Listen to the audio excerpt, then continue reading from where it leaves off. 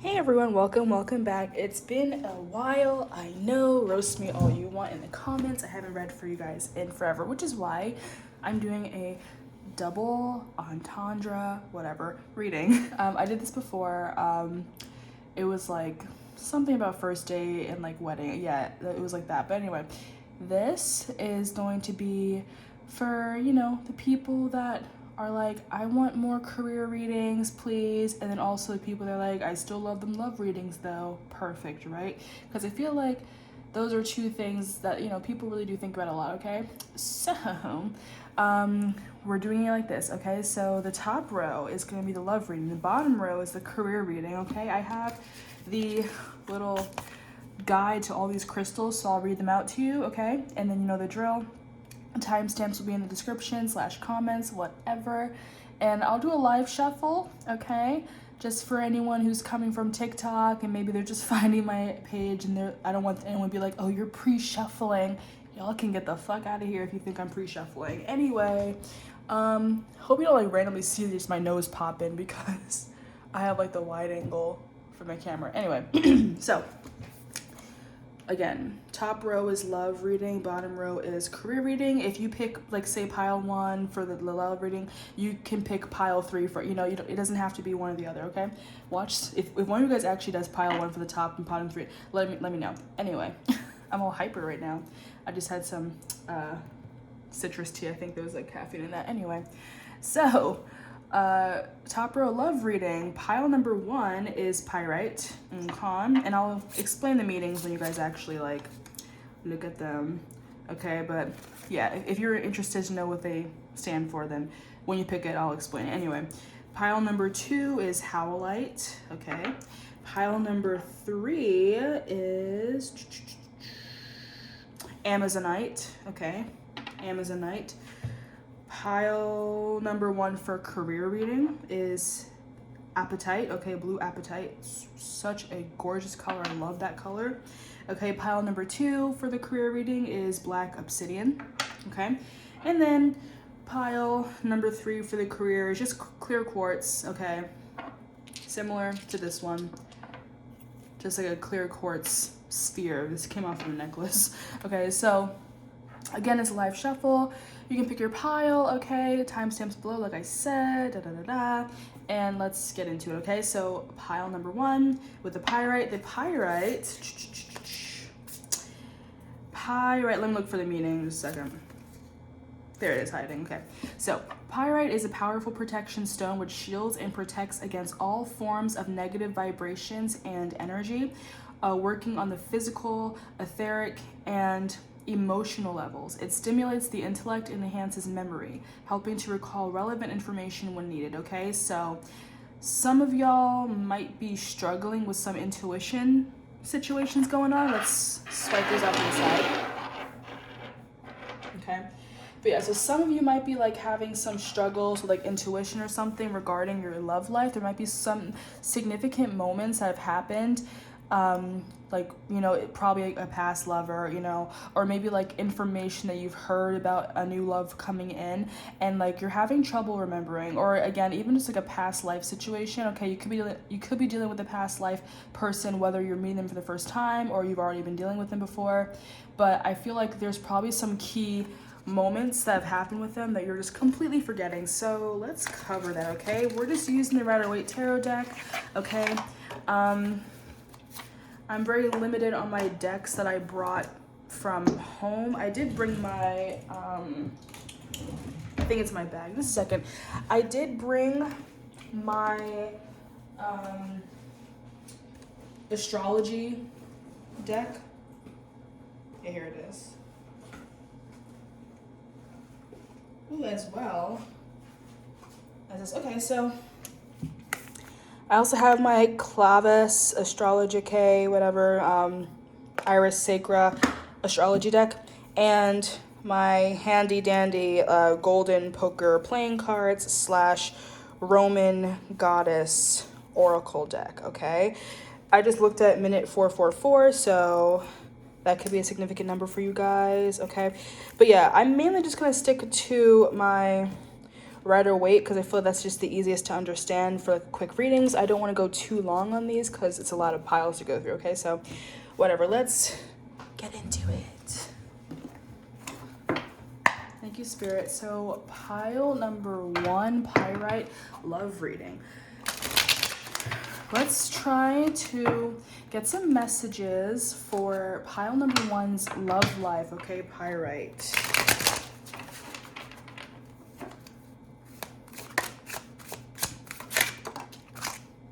Ooh, okay. You have a wishy-washy Knight of Cups. For those who are new, I do take reversals, and when it comes on its side, I try to look at both meanings, not just one, okay?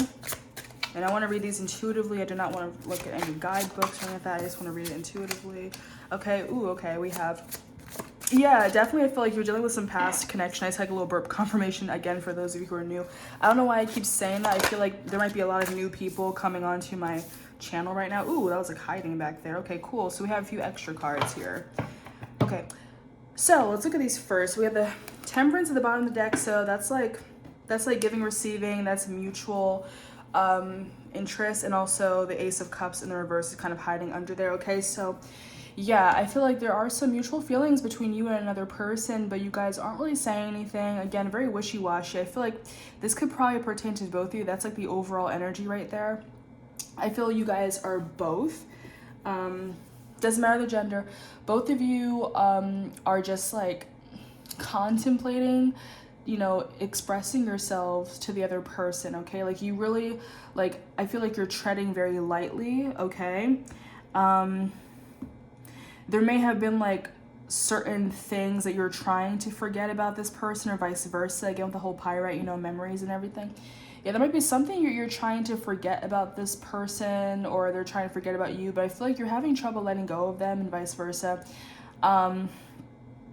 Because like you do want to be with them. I feel like, you know, with the Emperor and the Temperance card, like there is some significance here. Like I said, it could be a past life connection, could be like a soul or twin flame type of situation happening, because those are like, those two cards, like they talk about like time that extends longer than just like a temporary thing with like, you know, days or weeks, you know. But we have like the 2 knights here. The 2 knights are very significant too. It's like, I mean, it explains it on here. Just a second. Here I'm saying I don't want to look at the guidebook, but give me a minute. Okay. So, all right. So 2 knights. Okay, wow. 2 knights. It refers to intimacy. Okay. But again, it's really wishy-washy. So I feel like this is more like craving intimacy. Like you really want to be with each other. I feel like you might, before you fall asleep at night, you know, you just imagine them next to you, you know, cuddling. I feel like they might do the same. Okay. I feel for some of you, they may have expressed to their friends that they have feelings for you, or that they still have feelings for you, whatever. Maybe for a while they tried to act like they didn't. Okay, because definitely you guys walked away from each other, or, you know, they walked away from you. There could have been something that they were really dealing with that could have been very troubling for their mental state. I'm also seeing it could have been something related to like their career, okay, with the Emperor card. I feel like they were trying to like reach this level of authority in their life, and they didn't really have time for a relationship. But with doing that, instead of like explaining that to you, they just kind of walked away. And like I feel like they're very regretful for how they ended things with you, because it's like you never really got to have a real start, okay? But there are feelings there, okay? There could be something that might be significant this Aries season, okay? My readings are always timeless, but right now it is Aries season, so the burp confirmation. So that might be something really significant later. Or again, someone could be an Aries or even a Sagittarius, so a lot of fire signs here, okay? But I just feel like, yeah, they may have walked away from you, left you behind, you know, ghosted you, whatever, just kind of left without a trace. And it was something that they didn't really want to do, but they felt that they had to do it just to reach like a higher, you know, position in their area of life. Okay, they could be a little older than you know, there could be like a slight age difference, like whether a year or like a few years or a decade, whatever. But I do feel like someone is older. And yeah, so you may have been like really focusing on career and things like that. And you, I'm getting something about flu season because my nose is getting all stuffy and I'm coughing. I'm like, why? But yeah, maybe like last time you saw them, it could have even been like right before quarantine really picked up across the whole world. Okay, very specific. So yeah, something about like, you know, like flu season was also around that time too, because like at least in America it was like in March. For other countries it was like February. But yeah, so you could have last seen them around like flu season, Aries season, just the March time, okay? Like a year ago, or maybe like a while back, or just any time where it's like, you know, the season changes and people usually get kind of sick. Sagittarius season is in December. Just times like that. It doesn't have to just be like a year ago, but it could be like a while back, just like in general. Like, oh, I haven't seen this person in, you know, 4 years, but the last time I saw them, I remember I was wearing a scarf and, you know, I was cold and you know, they had a ski mask on, you know, something like that. So very specific. But yeah, so I'm just like, what is going on here? Jesus, so ooh, that's weird. Okay, I just like, it's like I felt like I was about to say something, then I kind of lost my train of thought. Okay, so yeah, definitely like find yourself a pyrite stone wherever you can. Just look up pyrite. I'm sure they have them. You know, I know a lot of like people have like crystal shops like on Twitter. Just look for it. Be like, hey, you know, whatever. Because I really feel like there's something that you need to unlock memory wise, and you need to remember something about this person, this situation. Maybe like remembering something that they said, remember how they looked at you, or maybe like something that someone else said. Like maybe a friend of theirs that knows that they like you, like they know that your feelings. Maybe they hinted to you about something, okay? Also, someone might have a mole or a beauty mark, okay?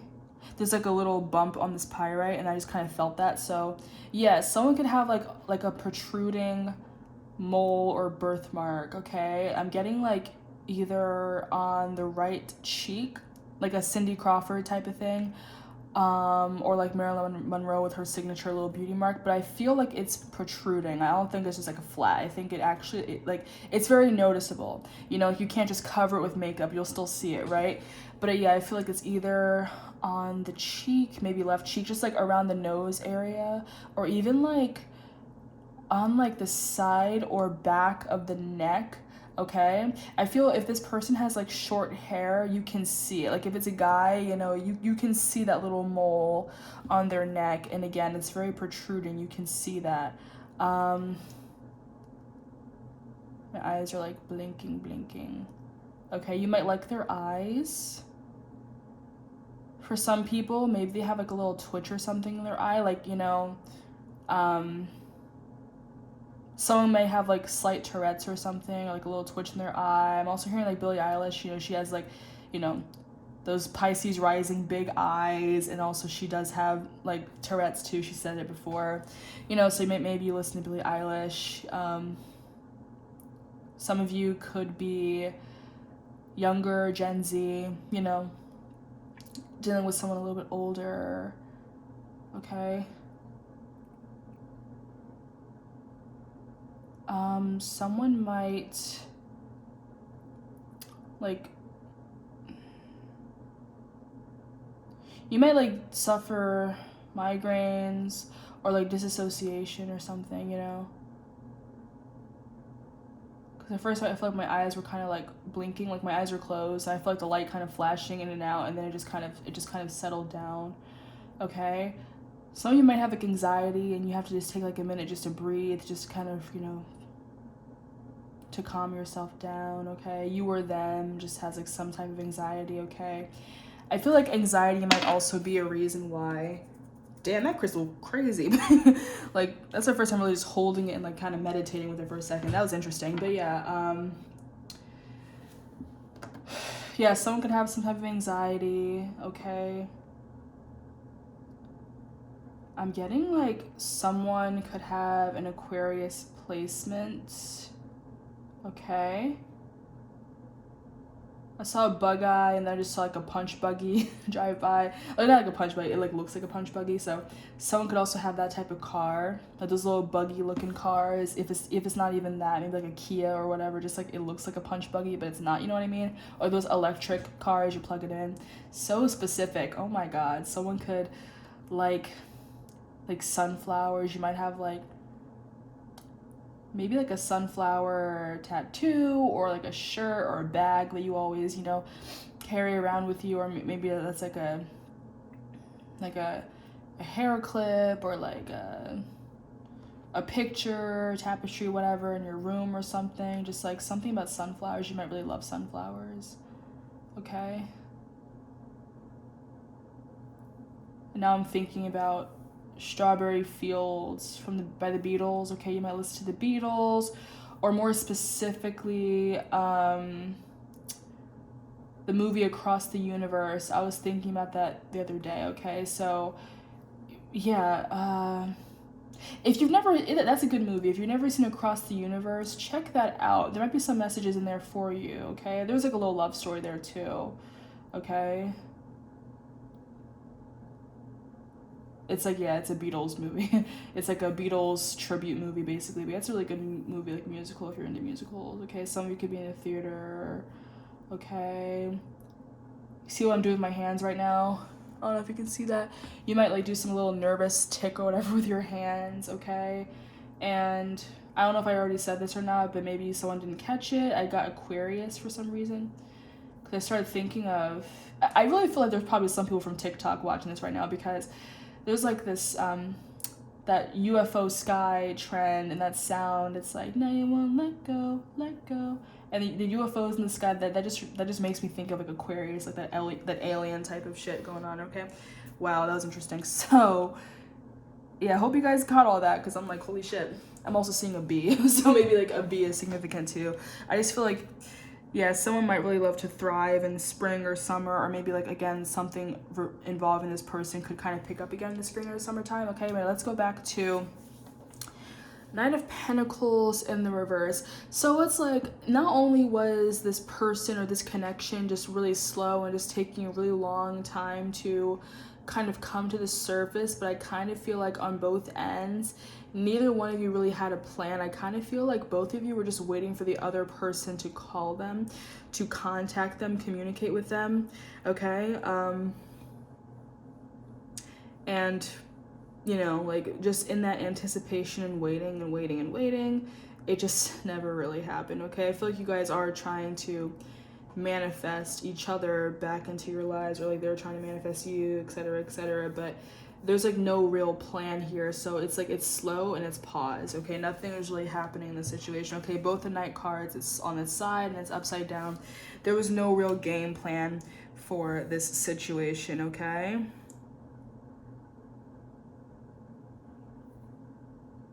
I'm hearing Diet Mountain Dew. That could either be a very specific, drink that you like, or in general, I'm thinking Diet Mountain Dew from Lana Del Rey, okay?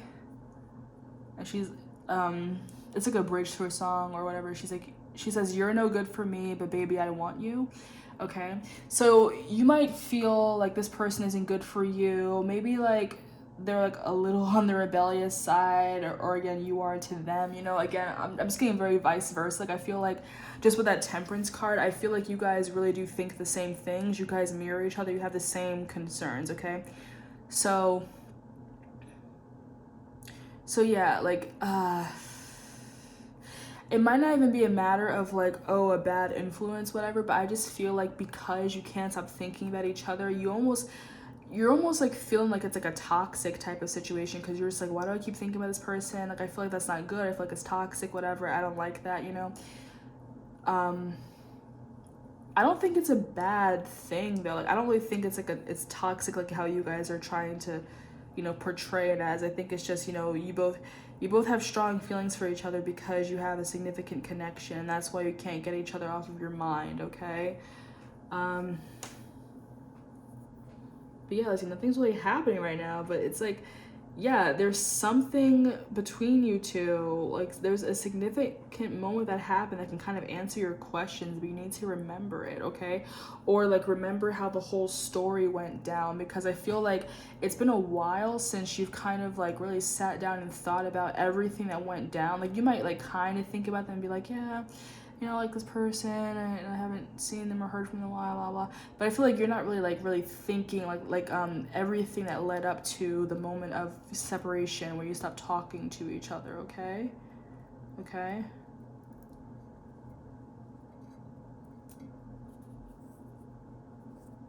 Oop. Okay.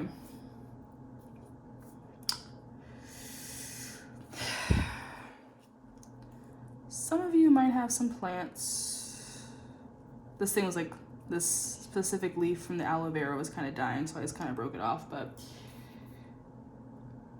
that might be significant. Like, maybe you had a dream of like under or over watering a plant, and you kind of killed it. Okay. I feel some of you need to drink more water. Okay. You need to update your like skincare routine. Self-care in general. You haven't really done that in a minute. Okay. Might be breaking out. Some of you maybe did a lot of drastic things to your hair. You know, maybe like just cutting it, bleaching it, whatever. Just like a bunch of different styles. I feel like your hair is kind of like, give me a break, please. Like, please stop hurting me, or you know, like if you kind of went through the quarantine hair capades, just give your hair a break, let it breathe, put a little hair mask on it or something, and just kind of like let it replenish a little bit. So specific. I don't know what is going on right now. This is crazy. If you are from TikTok, please comment, because I just feel like y'all are really taking over right now. It's already been like fucking like almost 20 minutes into doing your reading. Anyway. Okay. So Page of Pentacles, I feel there's gonna be a new opportunity for you guys. Okay, something is gonna happen. You guys are going to see each other again. It could be like maybe a gathering or something. Maybe you run into them when you're like kind of in a nearby town, or like a place where you guys met initially, like a mutual area that you guys always went to, you know, separately, whatever. Yeah, there will be a new opportunity to see them, though. There will be. Okay? I don't know why I want to pull this. Thank you, Spirit. This new opportunity to see them.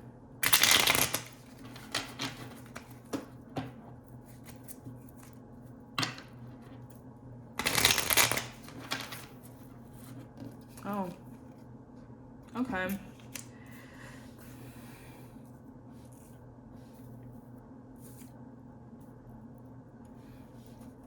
Do not try to be cold and reserved in this moment. I feel like you'll know what it is, but I feel like maybe like a mutual friend or something is gonna be like, oh hey, we're gonna go here, or do you want to come with us, or whatever, or we're gonna have this little like small gathering, or we're gonna go to a show, whatever. And I feel like you'll be indecisive about making plans to hang out with these people. I feel like because you kind of have an idea that this person will be there. Okay? Like a housewarming, you know? So maybe like, you know, you're probably friends with a few of their friends, and maybe they're like, oh, hey, we just got our own place. Come to our housewarming, or come visit, blah, blah.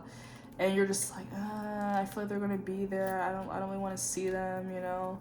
But I feel like just don't block your heart, you know, just go to it. Stay safe, social distance and all that, or whatever. If you're still going in the midst of quarantine, don't be stupid, wear your mask. But yeah, I feel like if you're being invited to something by people that you that you're aware, like, knows your person. There might be a chance that they might go there. Don't turn it down, just go, okay? Like, commit to those plans. Don't blow them off. Okay, with the Four of Wands, because like, the Four of Wands, that's like twin flame in marriage, but I also feel like that could just talk about commitment, okay? So yeah, committing to plans. And this would be like a type of thing, like, I don't think it'll be like a spur of the moment hangout. I feel like they'll actually, like, they'll contact you a little in advance, and it's almost like an RSVP. Maybe even going to a wedding, like a friend's wedding, maybe they'll be there, but I just feel like it's something more casual than a wedding. I don't really think it's that. It could be that, but I don't think it's that. Like, it could even be like something like an engagement party, you know, but oh well, they're kind of flipped up. But these cards aren't really reversed though, because they look the same. Okay, so we have the Queen of Wands and the Two of Wands. Okay, so like I'm saying, I just kind of clarified what I was thinking. Plans, okay? So it's like plans to do something, to go somewhere. You'll be invited. You have to kind of put it in your calendar. You have to, like, it's an event, okay? You're gonna maybe dress up a little bit, or maybe bring something like a house favor, or, you know, whatever, party favor, like, oh, let me bring a drink, or you know, a bag of chips or whatever, a snack or whatever. Let me bring something. You know, it's like that type of thing where it's planned. There might be like a little RSVP type of thing, or like a form, or like a, you know, casual, like I'll text you back if I can go or not. But like, I feel like they will be counting heads at this thing. Okay, so it's like, yeah, a small event. It could be like a, yay, quarantine's over, let's party, you know, whatever type of thing. But it's a small event, and you're going to like kind of RSVP to it, and you're gonna go to it, and I feel like you'll run into them. Okay, the Queen of Wands. I feel you're gonna dress really nicely. I feel like you're gonna look really good. Okay, maybe you had like a glow up, you know, since quarantine started, or just in general from the last time you saw them, you had a glow up. So I feel like you're gonna go there and you're gonna look good as fuck, and they'll be like, yo, you look good as fuck. Like, yo, you look good as fuck. Okay, we have Nine of Pentacles. Okay, so yeah, you'll be like in your single energy, you know, and you'll be like, I look good, I don't need anybody. Blah. Okay, wow. Okay, so the two queens, it means sincere friends. Okay, so yeah, I feel like you are going to this like gathering. It's just gonna be friends. It's gonna be really comfortable. Okay, like it won't feel like a weird thing. Okay, so again, like, you know, it's not like you're going just to get closer to this person that may or may not be there. You know, like you're actually going because you like these people, they like you, and they want to get closer to you. Okay, so it could very much be, like I said, mutual friends of this person. Like they could be this person's like closer friends, and you're just kind of friends with them or whatever, but I feel like they do want to get to know you more. I feel like maybe even like if they are this person's friends, maybe they purposely invited you so that you guys can kind of be in the same room together, just so you can actually talk things out. Like I feel like their friends might be playing matchmaker or something, you know. And yeah, it could also be like a mutual female friend as well that's like, hey, you should come to my house or my apartment or whatever.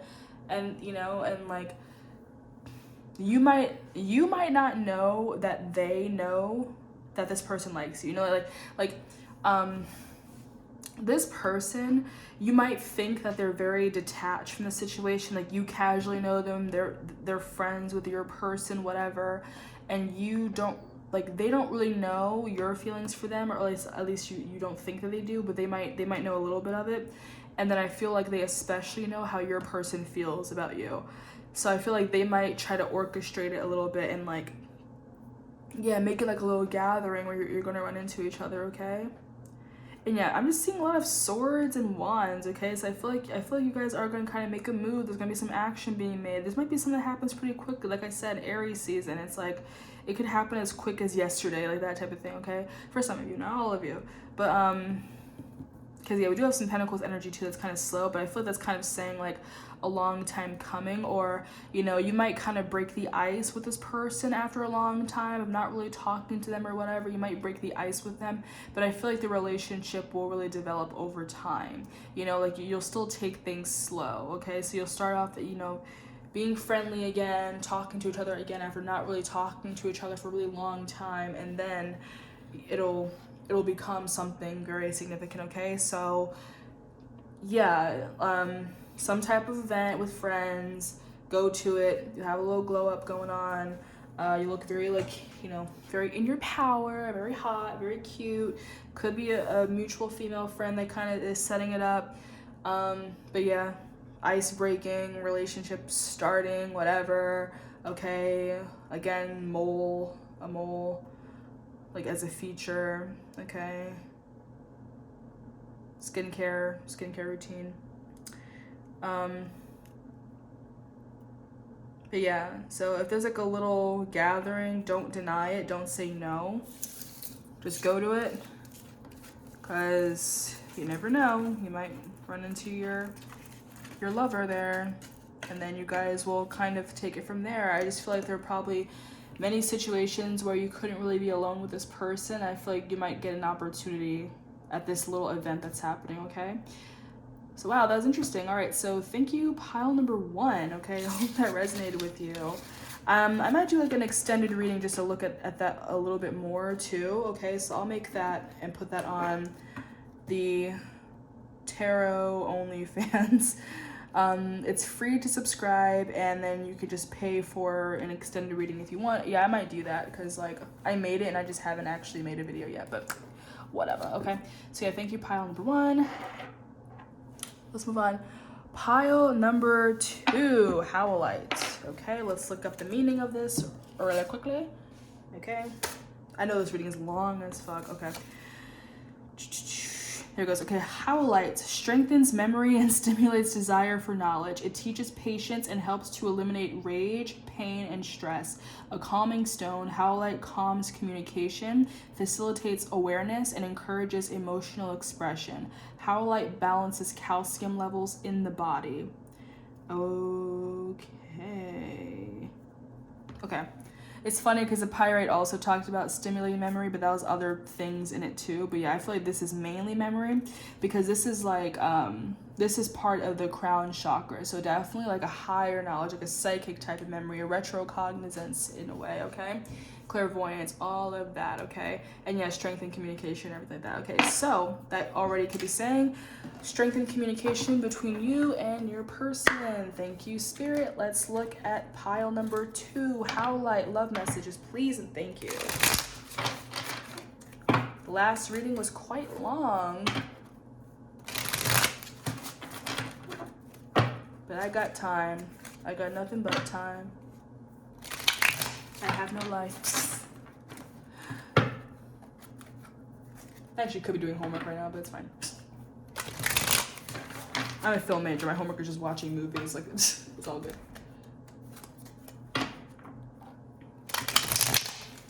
Okay, so yeah. Do I like that? Do I want that? Sure, whatever. Okay, yeah, you were probably thinking about choosing pile number 1 because that came out for pile number 1 as well. Both wishy-washy, okay? Again, I take cards on their side and I take it as like a double message, okay? We have the Hanged Man in the reverse. Not so hung anymore. All right. 7 of Wands, Ace of Pentacles in the reverse, and the Death card in the reverse. Y'all got a lot of cards. Okay, you also have the Devil in the reverse at the bottom of the deck. All these reversals. A lot of reversals happening right now. What the fuck? Okay. Could be some Scorpio energy. The Hanged Man, I don't really think that is a specific energy. It's not really a specific sign. Some might associate it with like a Pisces or something. Okay. And then you have the Two of Cups. Okay, so pile number 1. Oh my god. Again, if you were thinking about choosing pile number 1, check that out. It's long as fuck, but I'm sure you guys have got time. So yeah, pile number 2, Howlite. Okay, so with your love life. Page of Pentacles, okay? I'm sorry to say it might still be a case of not yet, but we'll see. It's still the beginning of the reading. So it could be a case of like it's still developing, not yet, not yet. I feel there's still some meditation. You might be like almost done kind of balancing out. Ooh, hiccup. You guys probably almost done kind of balancing out your chakras, whatever, but I feel like maybe you still have to do some crown chakra, crown work, okay? Some more meditation, okay? Maybe I was just thinking of like my orange juice. So you guys might need some more vitamin C, okay? Let me get my orange juice really quickly and set an example, okay? So yeah, you guys probably need, look at this dank ass fucking orange juice from the cafeteria. Fuck this shit. Anyway, you'll probably need some more orange juice, some more sunlight, okay? Vitamin C, sunny D, whatever.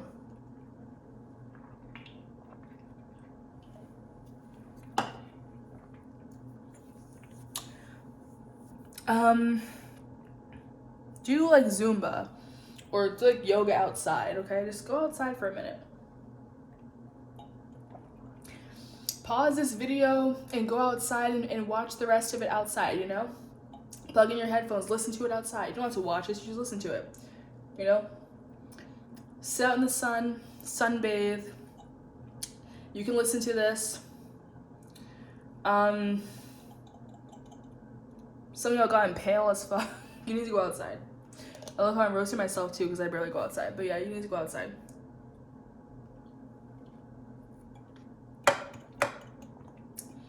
Go on a walk. You might need some vitamin C supplements, okay? I feel like there's some deficiency happening with you guys, okay?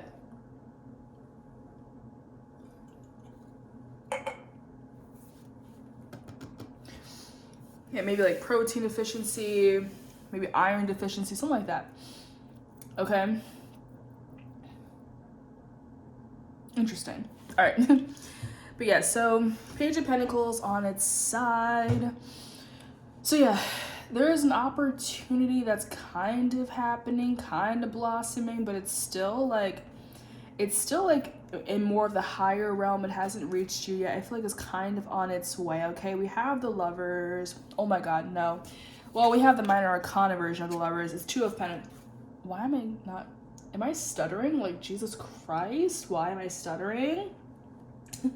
Some of you may like kind of slur your words from time to time, like maybe like really anxious, really shy or whatever, and like I feel like for some of you, you're probably so used to just staying in the house and not talking to people that like once you finally go back into the real world again, it's like you forgot how to speak. Oh my God. Like, yeah. Hear freaking airplanes. The school always have airplanes flying overhead. Okay. Some of you might be going on a trip soon, okay? Hopefully safely. I hope it's safe. But yeah, some of you might be going on a trip, like travel by plane, maybe like, a really sunny place. I feel like you guys need a vacation, okay? I feel like you guys really just need to go somewhere, okay? You could be a student, okay, with this page card. You could be. Or just like maybe entry-level workforce, you know, but that's not really for this reading. That's a career reading for later, but you know, it could tie into this a little bit. Okay, so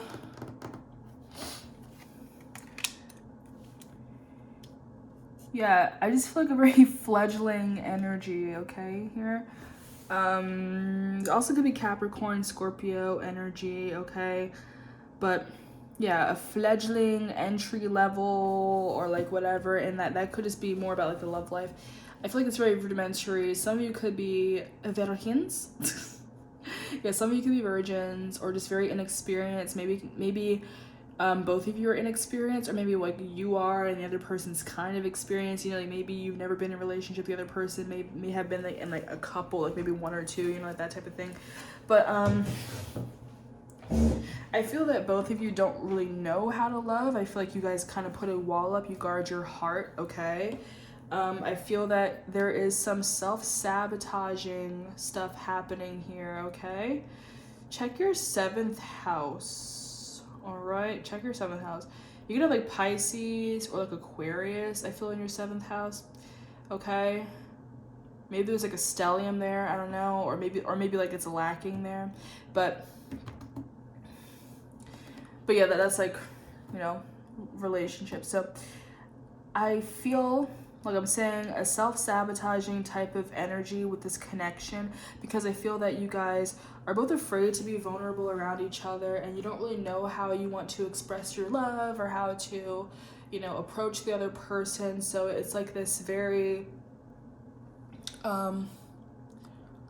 de-gratifying whatever type of feeling here, okay?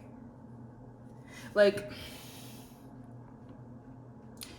maybe there are certain things you guys both do, like you try to find a red flag, or like you try to go for people who are like emotionally unavailable just so that you can stay single without even realizing it. Like maybe like some of you don't even really want to be in a relationship and you like the chase, okay? Like the actual idea of being in a relationship is just an idea. But every time you might have the opportunity to be in one, you like look for a reason to run away from that person, or vice versa. They look for a reason to run away from you. Okay, I feel like there could have been a person that you were communicating with, and like you both vibed well with each other, and you both liked each other a lot. But then like, again, I feel like you kind of found a reason not to go for them anymore. You know what I mean? I don't know why I'm like tearing apart this aloe vera plant. But yeah, you could have been looking for a reason not to like them, not to go after them, okay? Or like, again, you kind of opted to choose someone who is in a relationship. Like maybe you weren't even into this person until they were in a relationship, okay? Or until it was already clear that they didn't like you or something like that. And it's like you're kind of chasing them just because you don't actually want to be in a relationship, like I said, but the chase is what excites you. But once you're actually in one, it's kind of boring. That's kind of reminding me of like Jim and Pam from The Office, how like up until they started dating, at least for me, I know a few people, but like, up until they started dating, you know, everyone is shipping them and wanting them to be together. But then once they're actually together, it was kind of boring. Like once they actually became a couple, it was like, okay, well, that was fun. Anyway, and then you kind of move on, and it's like after spending like the first couple seasons waiting for them to get together, once they finally got together, it wasn't exciting anymore because there wasn't a chase, okay? So yeah, because I feel you guys are more excited about the chase, that's all you really go for, okay?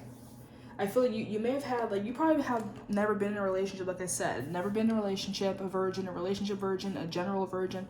Yeah, I feel like you guys have had many opportunities to date someone. I feel like you're very attractive people, and like you have this way about you that people like, but whenever the opportunity presents itself, you turn it down, or you look for reasons not to want to date that person, okay?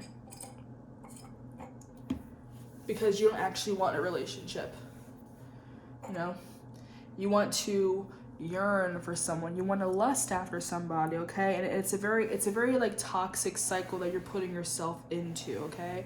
I feel like this being the reverse, it's more of an internal type of thing. It's not really like, also seeing the Fool, it's not really like other people are being toxic to you. I feel like you're being toxic to yourself because you're not allowing yourself to really love anybody, okay? Because like, I'm not really specifically seeing that there's someone here, but again, I feel like there's probably a few people that were into you, but again, you kind of fight them off subconsciously. You don't really realize that you're doing it, but I feel like you are, okay? Because yeah, in reality, you don't really want one, okay? So it's like you feel that you're stuck in this like, oh, I'm single forever, I'm gonna be a cat lady or whatever, but you're doing it to yourself, boo-boo. Baby girl, baby boy, you're doing it to yourself. The reason why you're still single is because you don't want to be in a relationship. You don't really want to be in one, okay? You do certain things that, you know, like you could be mentally dating someone in your head and that like somehow corresponds to you turning down people in your real waking life, okay? Like,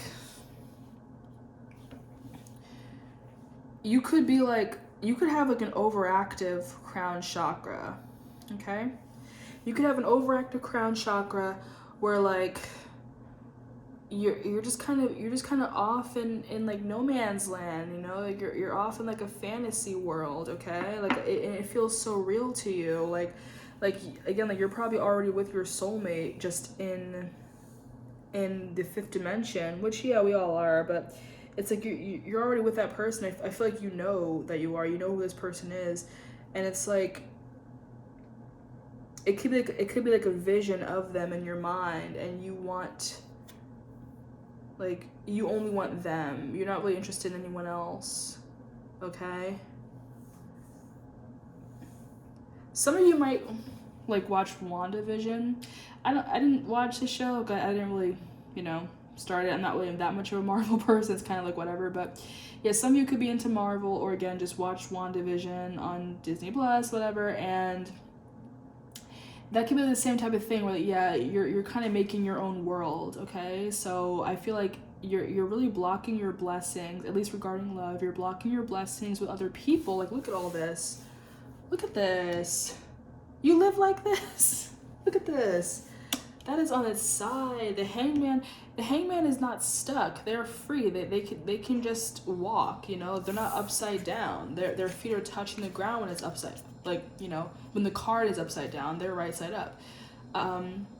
You can easily get up and walk, but you don't. You don't walk into that relationship because you're fighting people off. You're fighting off opportunities because you have an idea. You're very selective, very picky.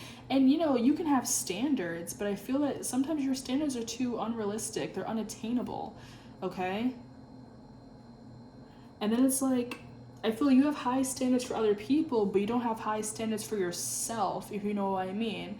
Like you might not really be doing your own type of, self-care. Like I said, like go outside, get some sun, like you're not really doing that, so it's like,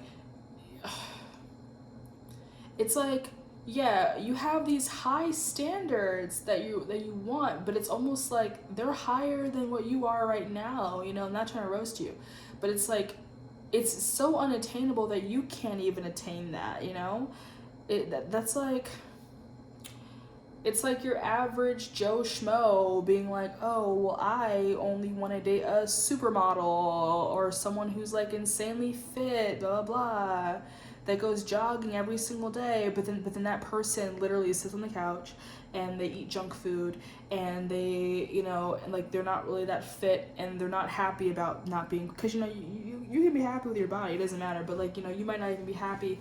Like, it's like, yeah, it's like the standards that you have are above your own means. They're above how you even look, okay? I hope you guys understand what I mean by that, you know what I mean? Or like, yeah, say if you're just like, I only want to date someone who, like they're very hardworking and they make their own money and they're very successful, they're very independent, whatever, but then you're not.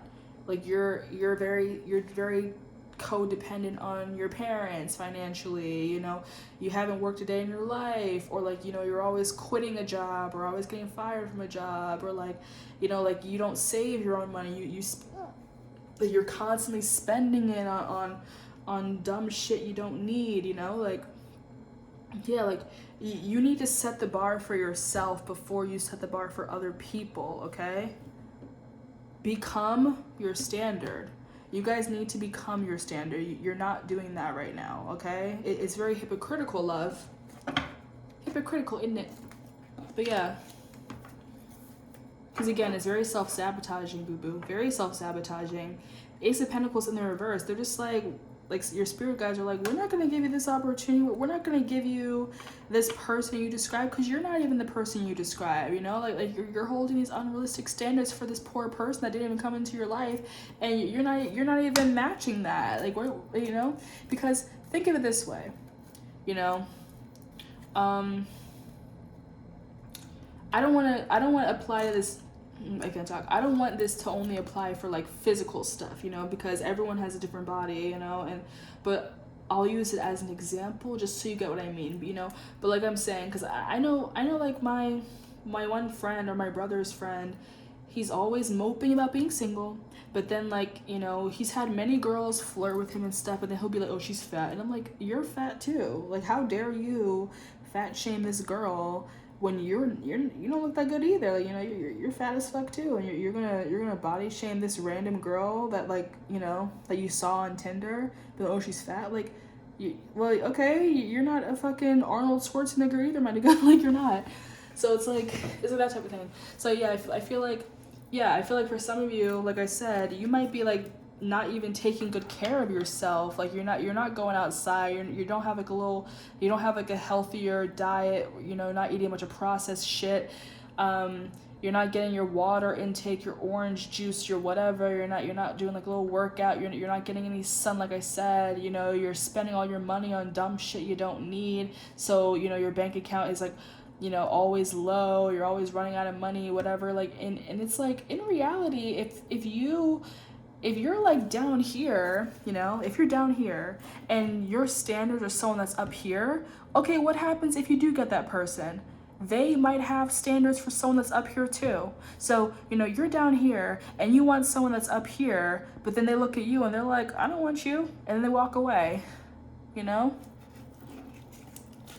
You need to set realistic standards because people usually are what they attract, okay? Reading you to filth. Like, yeah, if you eat like shit, don't be over here like, I only want to date someone who, you know, is healthy and like a vegan, and they, you know, and they're just so healthy and they make their own money, blah, blah. Meanwhile, you know, you're fucking, you know, ordering Taco Bell or like McDonald's on fucking, you know, Postmates or shit, and you don't go outside, you know, and you're like, you know, you don't even do like a simple little workout routine. You're not taking care of your skin, you know, but you want someone who has clear skin, but you got fucking craters and shit on your face. Like, come on now, set a realistic standard, okay? I just feel like some of y'all are very much in like some Wattpad fantasy. Like, you probably are like, oh, I want someone that looks exactly like Harry Styles. And then, but it's like, no, because only Harry Styles is Harry Styles, you know? Stop being so picky. That doesn't mean date anybody, but just stop being so picky, because again, if you're not even attaining that level yourself, then how dare you be picky on other people? Like, take care of yourself first. So I feel like your spirit guides are saying that you're not ready yet. You have to wait, okay?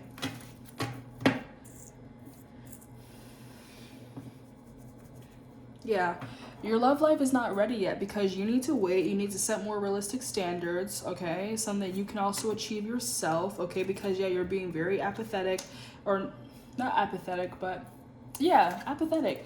You're being very like, I don't care, I don't want this person, you know, you're denying offers left and right, you're denying people, you know, you're being really shallow, really bitchy about shit. And yeah, spirit is like, nah, cut that shit out. Walk away from that. Walk away from that, because yeah.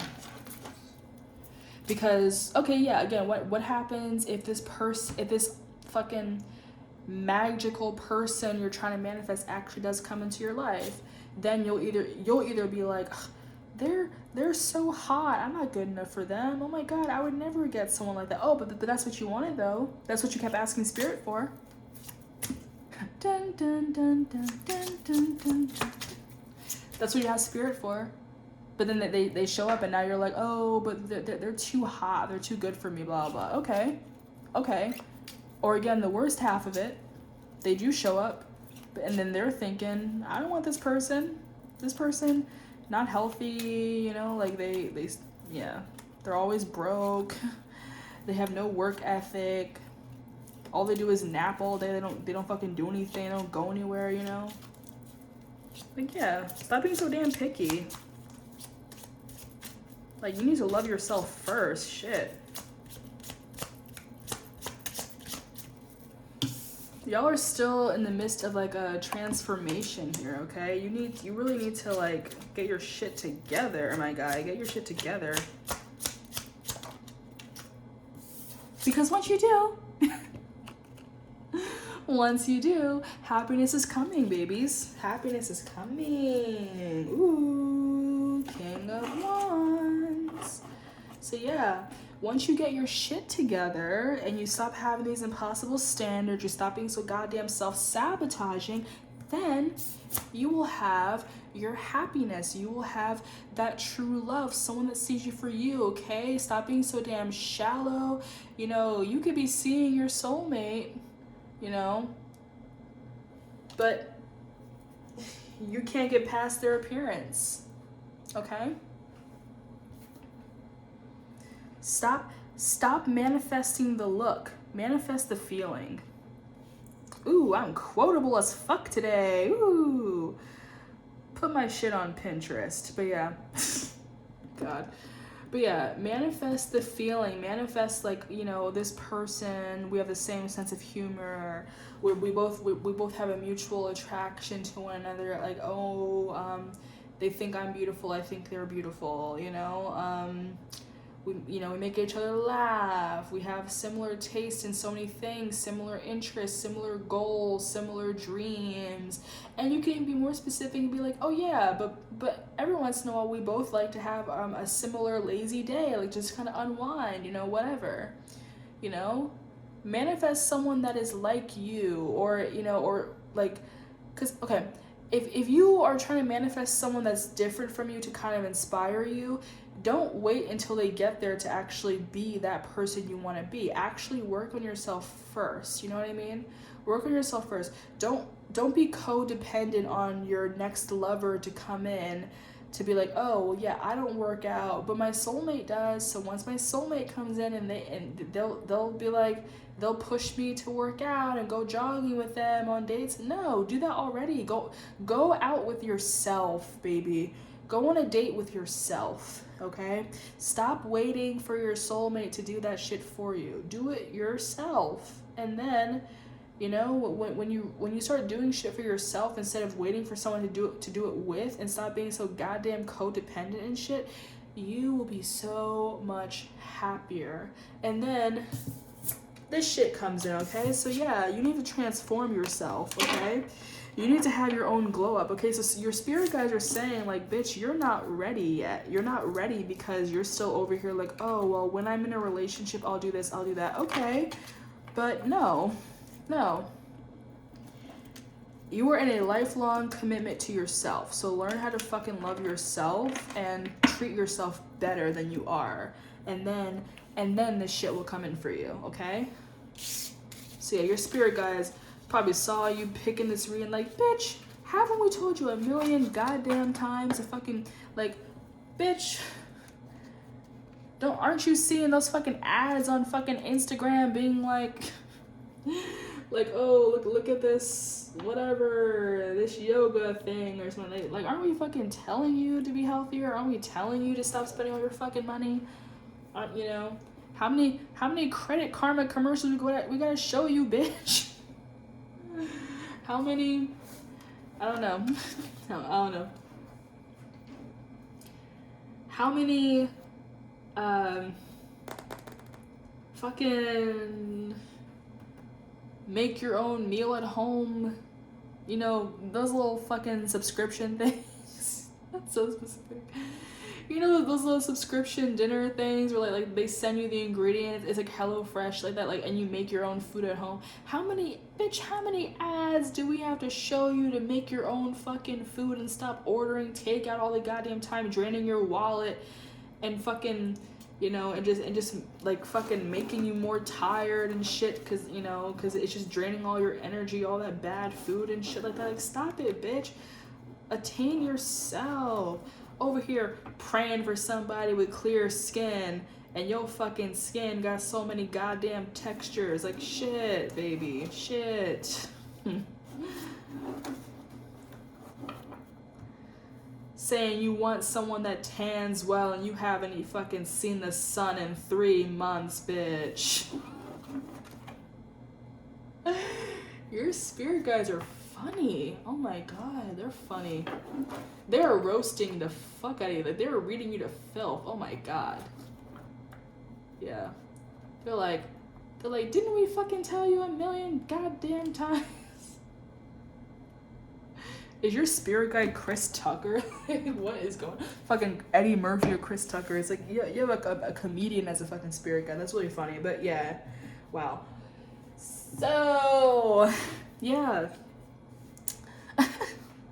Again, be the standard that you keep trying to put out there, so that it could actually be more attainable, because once you reach that level, you'll attract what you are, okay, like I said. So stop having all these little picky ass standards, but then you're not even doing that yourself, okay? Because this person you're manifesting, well, they deserve the person that they're manifesting too, okay? You know, and I feel like you haven't glowed up yet. You haven't done your full, you know, awakening, your full spiritual whatever yet. You haven't done that yet. You haven't evolved yet, okay? Like, yeah, you're kind of still in the middle of this, you know, or maybe in the beginning of this. That's why I couldn't even pick up on a specific person. It's just, you just need to do your fucking self-care still. You gotta meditate, you gotta eat healthier, you gotta maybe have some type of fitness regimen, whatever. And the goal here is not to necessarily look fit. If you want to, go ahead, but you know, it's just to be generally happy with yourself, happy with your body, happy with your work ethic, happy with your accomplishments and your achievements, okay? Some of you could be depressed, okay? Some of you guys could have like a lot of depressive episodes where, like, you know, you probably go days without brushing your teeth, or, you know, you just sleep all day and you don't go anywhere, you don't do anything. You really need to get out of that, okay? You need to start with yourself, okay? And then you will attract that, because, you know, you'll look healthier, you'll feel healthier, like just from with inside out. You'll I feel like you'll be more approachable, more attainable, okay? So yeah, keep working on yourself and stop being so goddamn picky, okay?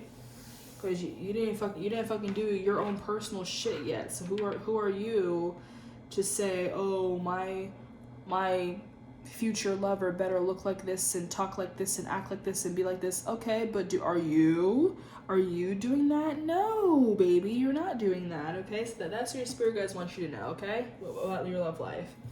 Stop being picky and do all that shit, that whole fucking grocery list of desires that you want for your soulmate. Do that shit first, you know? Make it a to-do list instead of a to-get list. Make it a to-do list. Do that shit that you're asking for, and then watch it come into you, okay? Thank you. Pile number 2. I don't know why pile number 2 always gets roasted. I'm sorry. If you regularly pick pile number 2, I feel like it's always the most tough love pile. I'm sorry about that, but it's what you gotta hear.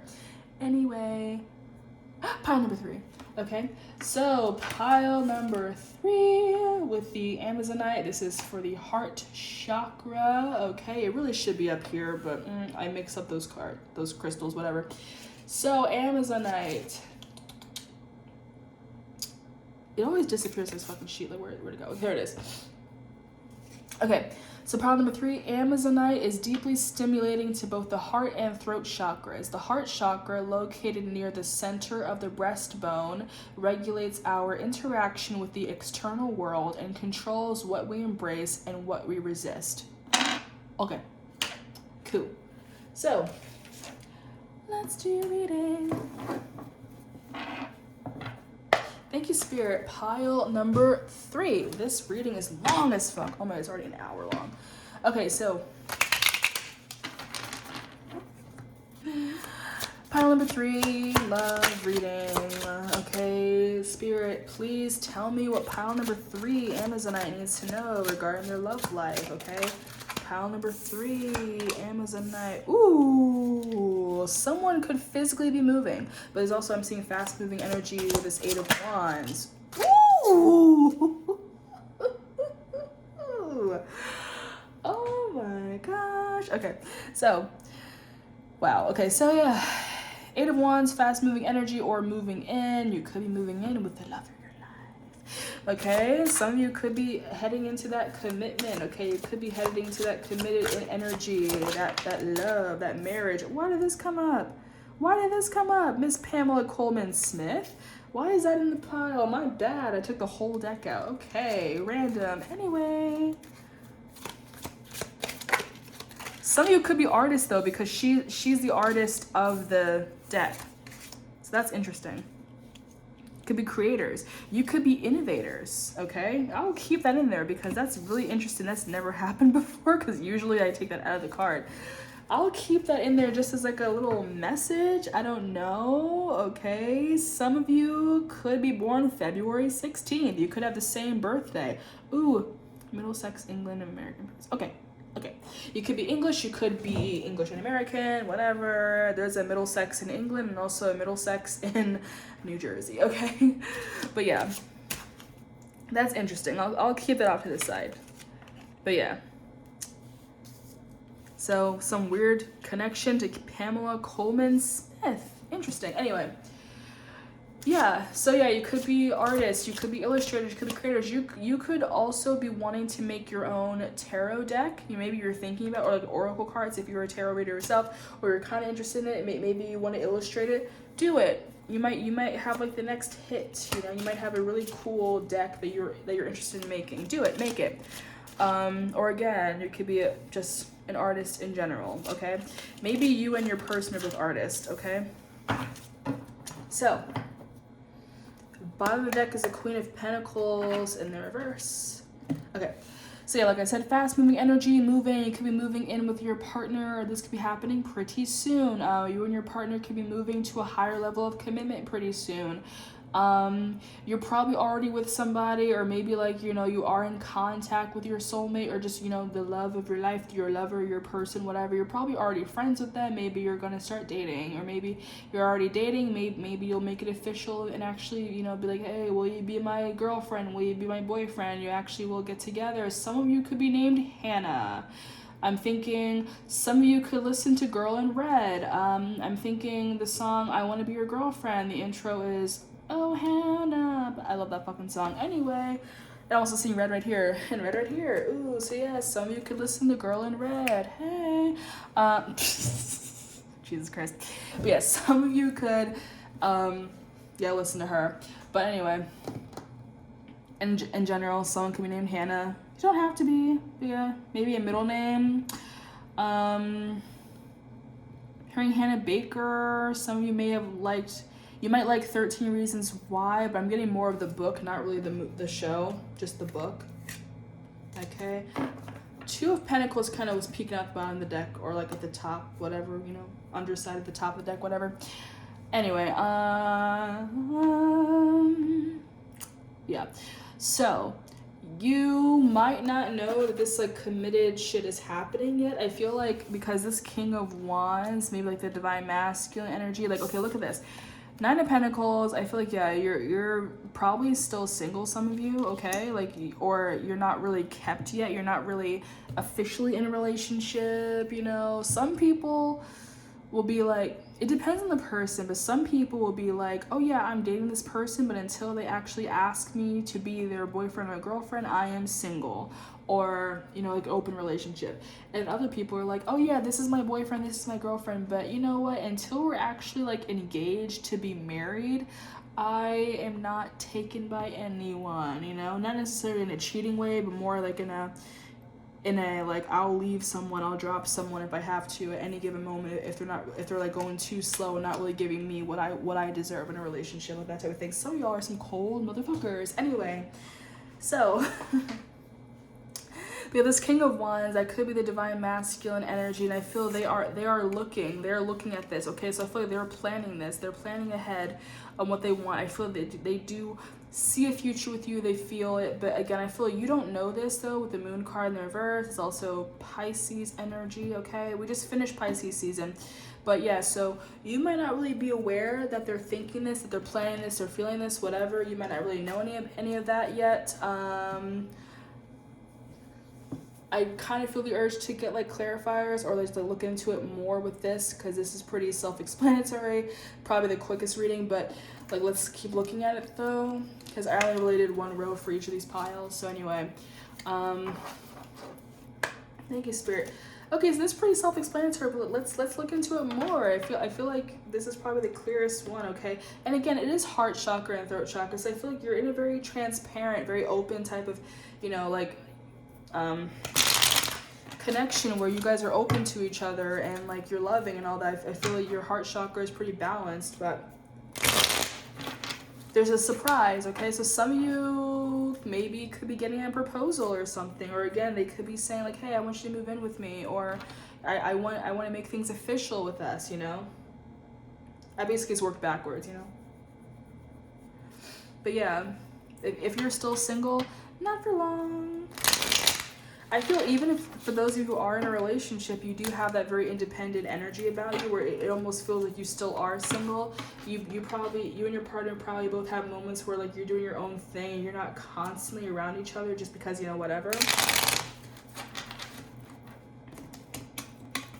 Because again, you could both be artists, so there are probably moments where you're not around each other all the time. I know artists are always really busy.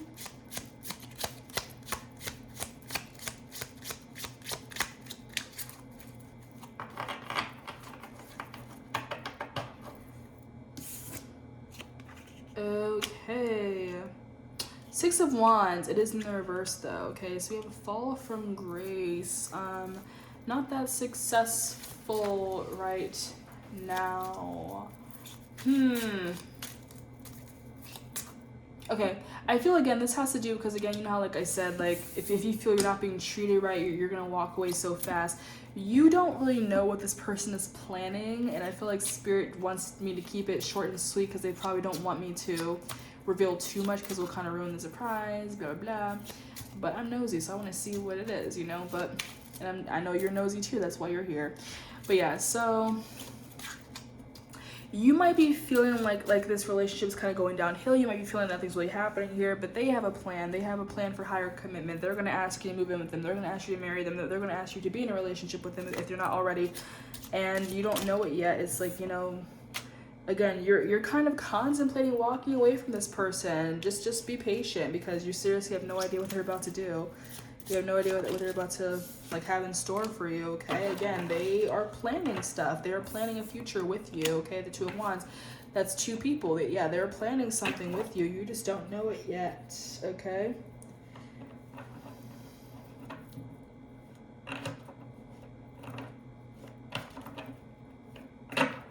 I feel like you're a very self-sufficient person, and like I feel like it took a lot to really even get you in a relationship with somebody. I feel like you never really want to be with people.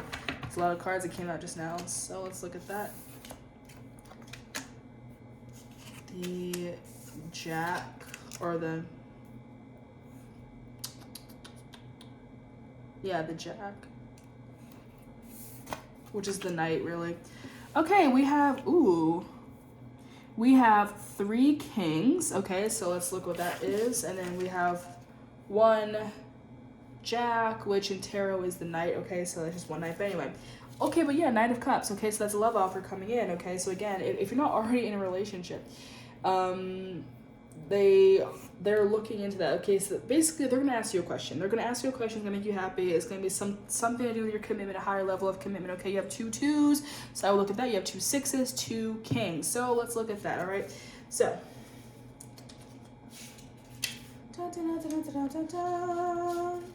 okay. Oh my bad, 3 kings. So yeah, 3 kings, consultation. Okay, interesting. Why am I forgetting what that word means? A whole ass senior in college. What the fuck is, like, I've never even had to use that word. What the fuck does consultation mean? Fucking prissy ass, just fucking see what it means. Anyway, whatever, consultation. So yeah, 3 kings means consultation. Okay, yeah, just to consult, to talk, to negotiate something, okay? So yeah, I feel like they might, yeah, they'll ask you this question. They'll be like, hey, yeah, I want to live with you. I want to be in a relationship with you, whatever. And you might be like, I don't know. And they're like, come on, I really like you. Come on, let's do this, whatever. Like you might, I feel like you really like to be alone. So it's gonna kind of take you a minute because you're trying to decide. Okay, you're a little maybe a little indecisive, kind of juggling between two different things, you know? Like, do you want your independence? Do you want to be in a relationship? Do you want to live with this person? Do you want to stay at home? Do you want to stay in your own apartment or house that you have, if you have your own place? Or yeah, do you want to share your place with someone else? Okay, you're kind of deciding. You're not really sure yet what you want in that situation, because I feel like, yeah, there's a sense of freedom that you don't really want to give away, but at what cost? Like, freedom for what? You know, you don't want to be with the love of your life because you just like to have your own space once in a while. You gotta look at the big picture here, okay? Let's look at the 2 6s, okay? So 2 6s, irritability.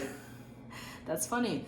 This person loves you, but you can irritate the fuck out of them sometimes because even though you're in a relationship, or you know, you're already in a commitment with this person, you do have many moments where you irritate the hell out of them because you always want to be so independent. You don't like people helping you out, you know, and yeah, like you act single even if you're not, okay? I'm getting like Rihanna energy here, okay? Like, Rihanna's a Pisces, okay, so that's the moon card, but she has predominantly Aries placement, so she can be pretty hot-headed, you know?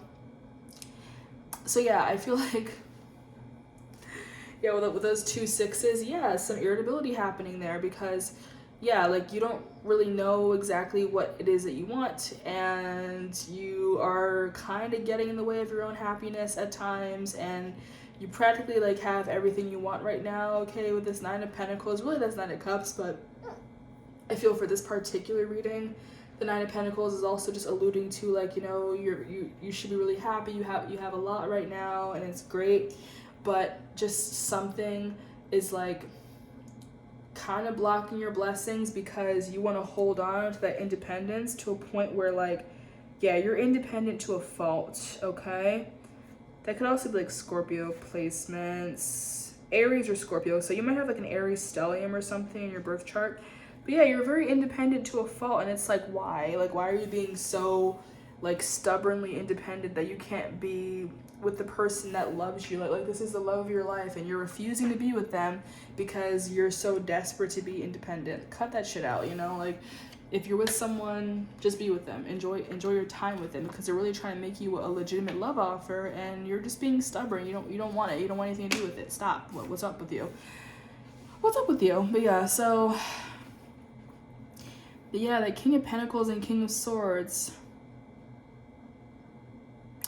It's almost like sometimes they contemplate it too, because again, it's like, you know, I'm thinking of Sadie from Awkward, okay? Sadie Saxon. I don't know. That's such a good show. If you don't watch Awkward, it's on Amazon Prime.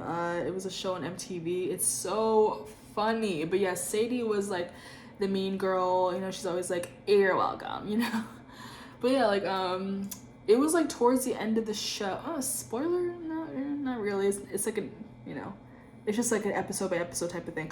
But yeah, so towards the end of the show, like the last couple seasons of the show, Sadie starts dating this guy named Sergio, and he's very traditional. He's very like, you know, he's very like, in my culture, like he's like he's a Hispanic, and he's just like, look, in my culture, you know, we're lovers, we have families, you know, we like to spend time with the love of our lives, and blah blah blah. Like, that's what we want. Like, well, we're not into just like hookup culture or like date for a minute and then break up. Like, we like the serious commitment. And Sadie is always like, the way her love language is, she pushes people away. She's mean to people. He's like, God, Sadie, you're so rude all the time. Like you're so, you know, you're bitter. You always gotta fucking have a problem with shit, and that's annoying. And like that's not cute, baby girl. That's not cute. So yeah, you can be independent. You can be like, you know, like self-sufficient, but don't be a pain in the ass. Independence should not have to correlate a pain in the ass, because sometimes you be pushing this person away, and like they love you, they want to be with you, they really see a whole ass future with you, and sometimes, you know, you're so to yourself that they're just like, well, damn, do you even want to be with me? And that's irritating. So calm down a little bit, take a breather, baby, take a breather, because if I can turn this person down sometimes, like, you know, you can be pretty cold to this person. They're just like, what is your problem? Like, sometimes they don't even see you as like, you know, their wifey or whatever material, their hubby, whatever. Like, they don't even see you as like the person that could, you know, be the parent to their child or whatever, you know, because sometimes, again, like, you're very like flighty at times, okay? It's kind of like, you know, if say you're in like a runner chaser thing, I feel like you're being the runner right now, and they keep chasing after you, and you keep acting like you don't want anything to do with it, and they're just like, what is your problem? Like, just, do you want to be with me or not? So be careful with that, because as fast as this all this commitment could be happening, it could also quickly go away if you keep being so goddamn hard-headed. Stop being so damn hard-headed, okay? If you love this person, then and they want to be with you, then stop trying to look for reasons to push them away, okay? It's giving self-sabotage, baby. It's giving self-sabotage. Similar to pile number 2, okay? So, but for pile number 2, they're more like they're not even in a relationship because their standards are so fucking high. For you, I feel like you're already with your person, but you just are so cold to them. For what? Why? Isn't this what you always wanted, bitch? Isn't this what you always wanted? At least love life wise, and now you're pushing it away. Stop. They have plans that they want to be with you. They you know, you need to let your guard down and stop having all these trust issues, and you know, and stop being so damn cold, because that's not cute. And if you keep doing it, then they'll be like, fine, if you don't want to be with me, then I don't want to be with you, peace, and they'll just leave, you know. So stop, okay? Learn to be loving. Learn to, you know, give and receive, and especially receive, okay? Like, learn how to be receptive to their love and stop pushing it away, because I feel like good things are coming with you two, and they really want something with you. They really want a commitment with you, okay? Like, they're not playing around, okay? So if you don't want that, then you better be honest about it now. But otherwise, like, you're about to fucking get married. Like, you're about to be in a real committed relationship with this person, like a higher commitment than before. So stop being so damn hot-headed and acting like you're single when you're not, okay? You're not single, Rihanna. You're not single, okay? You're with this person. Act like it, okay? Thank you, pile number 3. This reading is so fucking long, but we're gonna keep going, okay? So now we reach the career reading, okay? So pile number 1, career reading, okay? With the Appetite. Such a beautiful fucking color. Fucking love this. All right, oh my fucking god, I'm so hyper, I swear to god. Anyway, blue apatite is a highly useful stone to encourage the growth of your spirituality and health. Use it in meditation, as meditation improves stress levels, and regular deep meditation can be powerful to assist you to enhance many gifts that may be waiting to be released into your life. Whew, and seriously, look at that fucking color. Look at how it glistens in the sun. Sexy ass color. Anyway, some of you might even have this like color, like eye, you know, like just that really pretty blue color, or you like look really good in that color, like, you know, like whew, popping. Like maybe this color makes your skin tone pop. Oof. I don't think anyone could ever look bad with this color. This is such a gorgeous color. Okay. I'm seeing like a couch with this color. Anyway. But yeah, speaking of couch, some of you, career-wise, might be saving up to move into your own place, okay? Anyway, so yeah, let's go. Pile number 1, blue apatite, career reading. Okay, Spirit, let's get the career reading for pile number 1, blue apatite, career.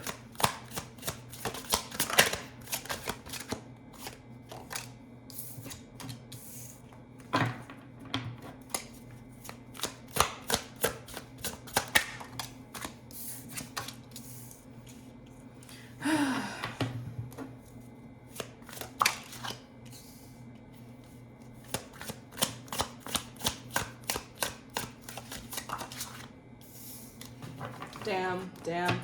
Yeah, some of you could have recently lost a job, okay? You could have been fired, laid off. I don't really think this necessarily has to do with like COVID shutdown and everything, because that was like already a year ago. I feel like maybe whatever job you were working at, you were just recently let go for some reason. And yeah, it came out of nowhere, okay? It was very heartbreaking, okay? Also, kind of specific, if any of you guys are on Twitter and you follow Bunny Tarot, very similar to her, because she actually just got fired from her job too. And she said it was really shocking, okay? So maybe you follow her, maybe the same situation's happening with you, okay? it's not that you let it go, you were let go of this job, okay? Yeah, you were fired. You were laid off, you were fired, or maybe it was like a seasonal thing. Like I know I always have seasonal jobs. Maybe it was a seasonal job and it was done, or maybe like, you know, you had like a job that you're working at limitedly, but you didn't really know when the limit was, and then that kind of out of nowhere, like I feel like just as you were getting used to the place, maybe you're hoping they're gonna hire you as a full-time person or whatever, and out of nowhere they're like, okay, cool, bye, and you're just like, what? And you had to kind of say goodbye to these people, and it's really upsetting because you're probably like, no, but I like this job, I like these people, I don't want to leave, you know, and it was just kind of surprising for you. But I feel like a better job opportunity is coming towards you with the Chariot card. Okay, so what do we see? We see the Hermit, which is Virgo. Virgo, that's really good for career reading, earth energy, very structured, very put together. But with the Hermit card, you are kind of retreating. Okay, so I feel like right now you're looking for better careers, better jobs suited for you as opposed to the place that you're working at, okay? Yeah, you might, like I said, moving out, whatever, you might be like living like at your mom's place, you know, just at your folks' house, and you are desiring to move out, so you're trying to save some money.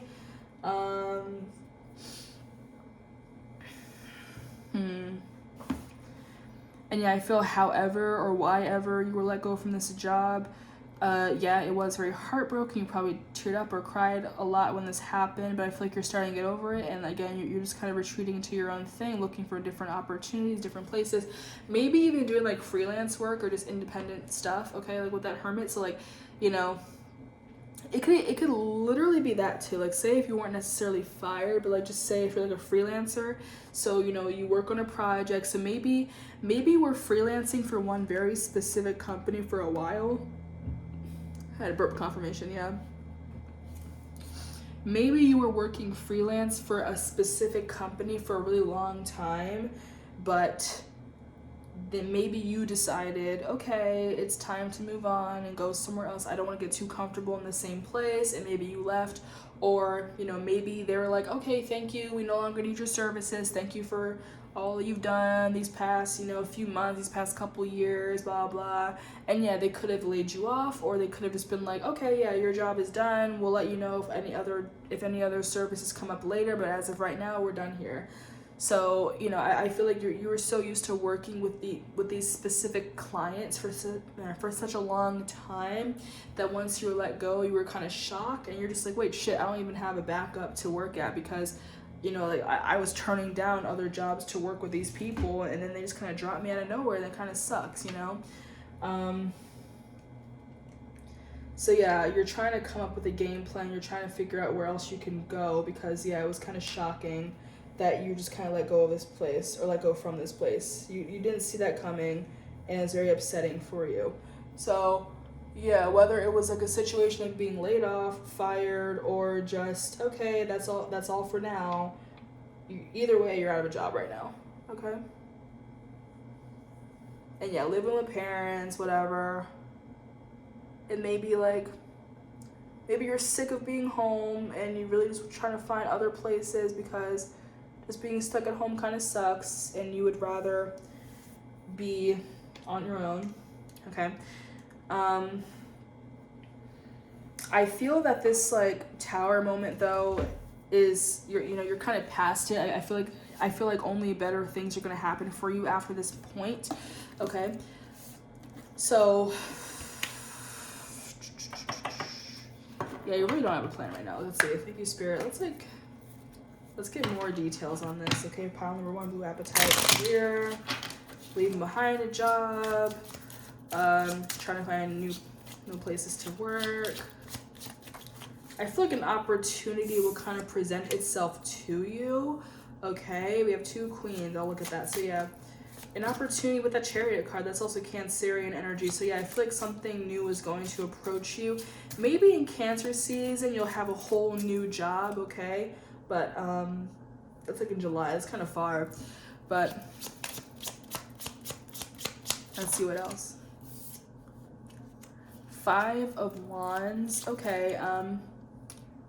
Yeah, like a more competitive field, okay? But I feel like with this more competitive field, I feel like you'll make more money though, you know. I feel like you'll do better than this place you're working at. Because, yeah, if you are, like, a freelancer, even though freelancers, like, their jobs are kind of sporadic, you know, like, I'll be entering freelance work because I'm a film person, so I know my professor just says, just save up enough money always to pay 3 months rent, because as a freelancer, you're going to be unemployed many times because you don't really work for anyone in particular. You get hired for a project, you do that, you get paid, you do your invoice, and then you move on to another place, okay? So you probably just got too comfortable in the same place, and now you're looking for work elsewhere, and it's just taking a minute, and, like, you know, it is kind of sad because you're kind of worried about what's happening next, or maybe it got in the way of, you know, you getting your new place that you've been wanting for a while, okay?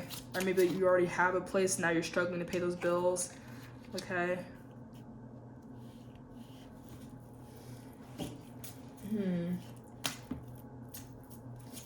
Yeah, don't turn down offers. There might be an offer coming in, like, job wise, that it seems like it's kind of below your means, but you maybe, like, in an act of kind of like desperation, you will take it. And yeah, at first it seems like it's not really shit, but then once you actually, like, start working for them, I feel like you'll get a lot more money, okay? Like, yeah, because that King of Pentacles, wow. Okay, first of all, we have 3 queens and then 2 kings and a jack. So let's see what 3 queens mean, okay? In tarot.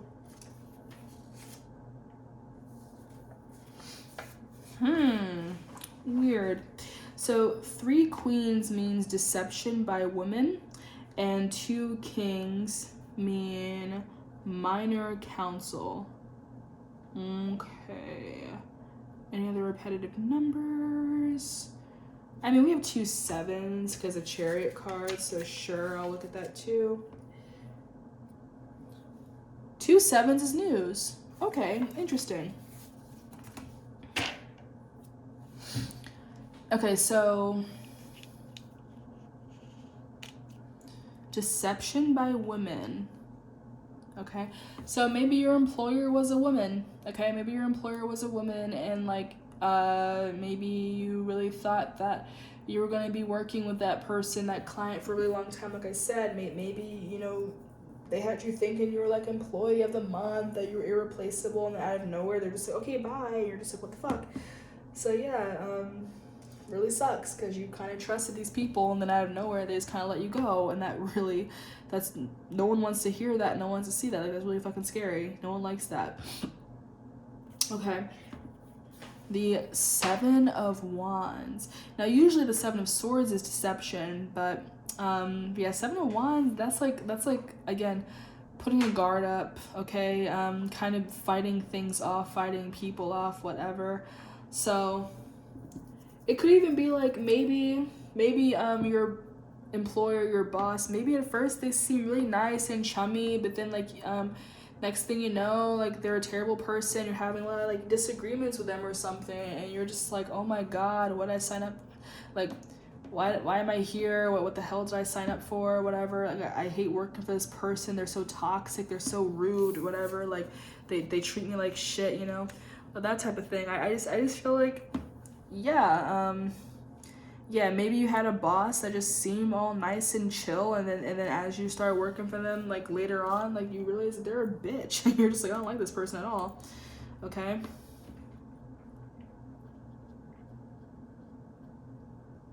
Let's see, minor counsel.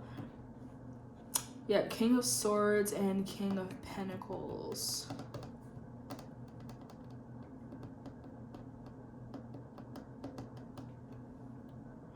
There could have been some type of little altercation at your job where, like, you were seen as the one in the wrong, and that could have contributed to a loss of your job, okay? Maybe, like, you work with, like, suppliers or something, and maybe, like, you took something, like a kickback or whatever, like, maybe you took something instead of, like, payment, and you got fired for that. That was literally an episode of Friends, like, it happened to Monica and Friends. Just a second.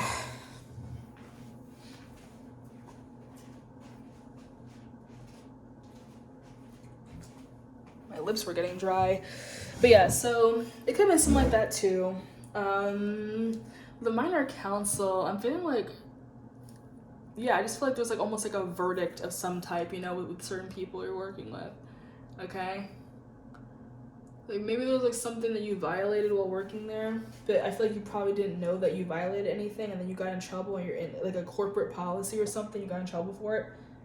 Okay? And again, it could have something to do with this deceptive woman.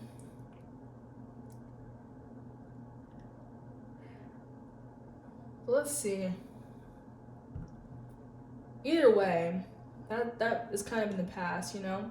But with this, that's the Knight. With the Knight of Pentacles, yeah, I feel something more stable in your career is coming, like that whole Chariot and everything. Something more stable is coming, and I feel like you'll be more cautious. You'll make better decisions regarding this so that you don't get involved in this type of issue again. And I feel like you'll be a lot more stable than you are now.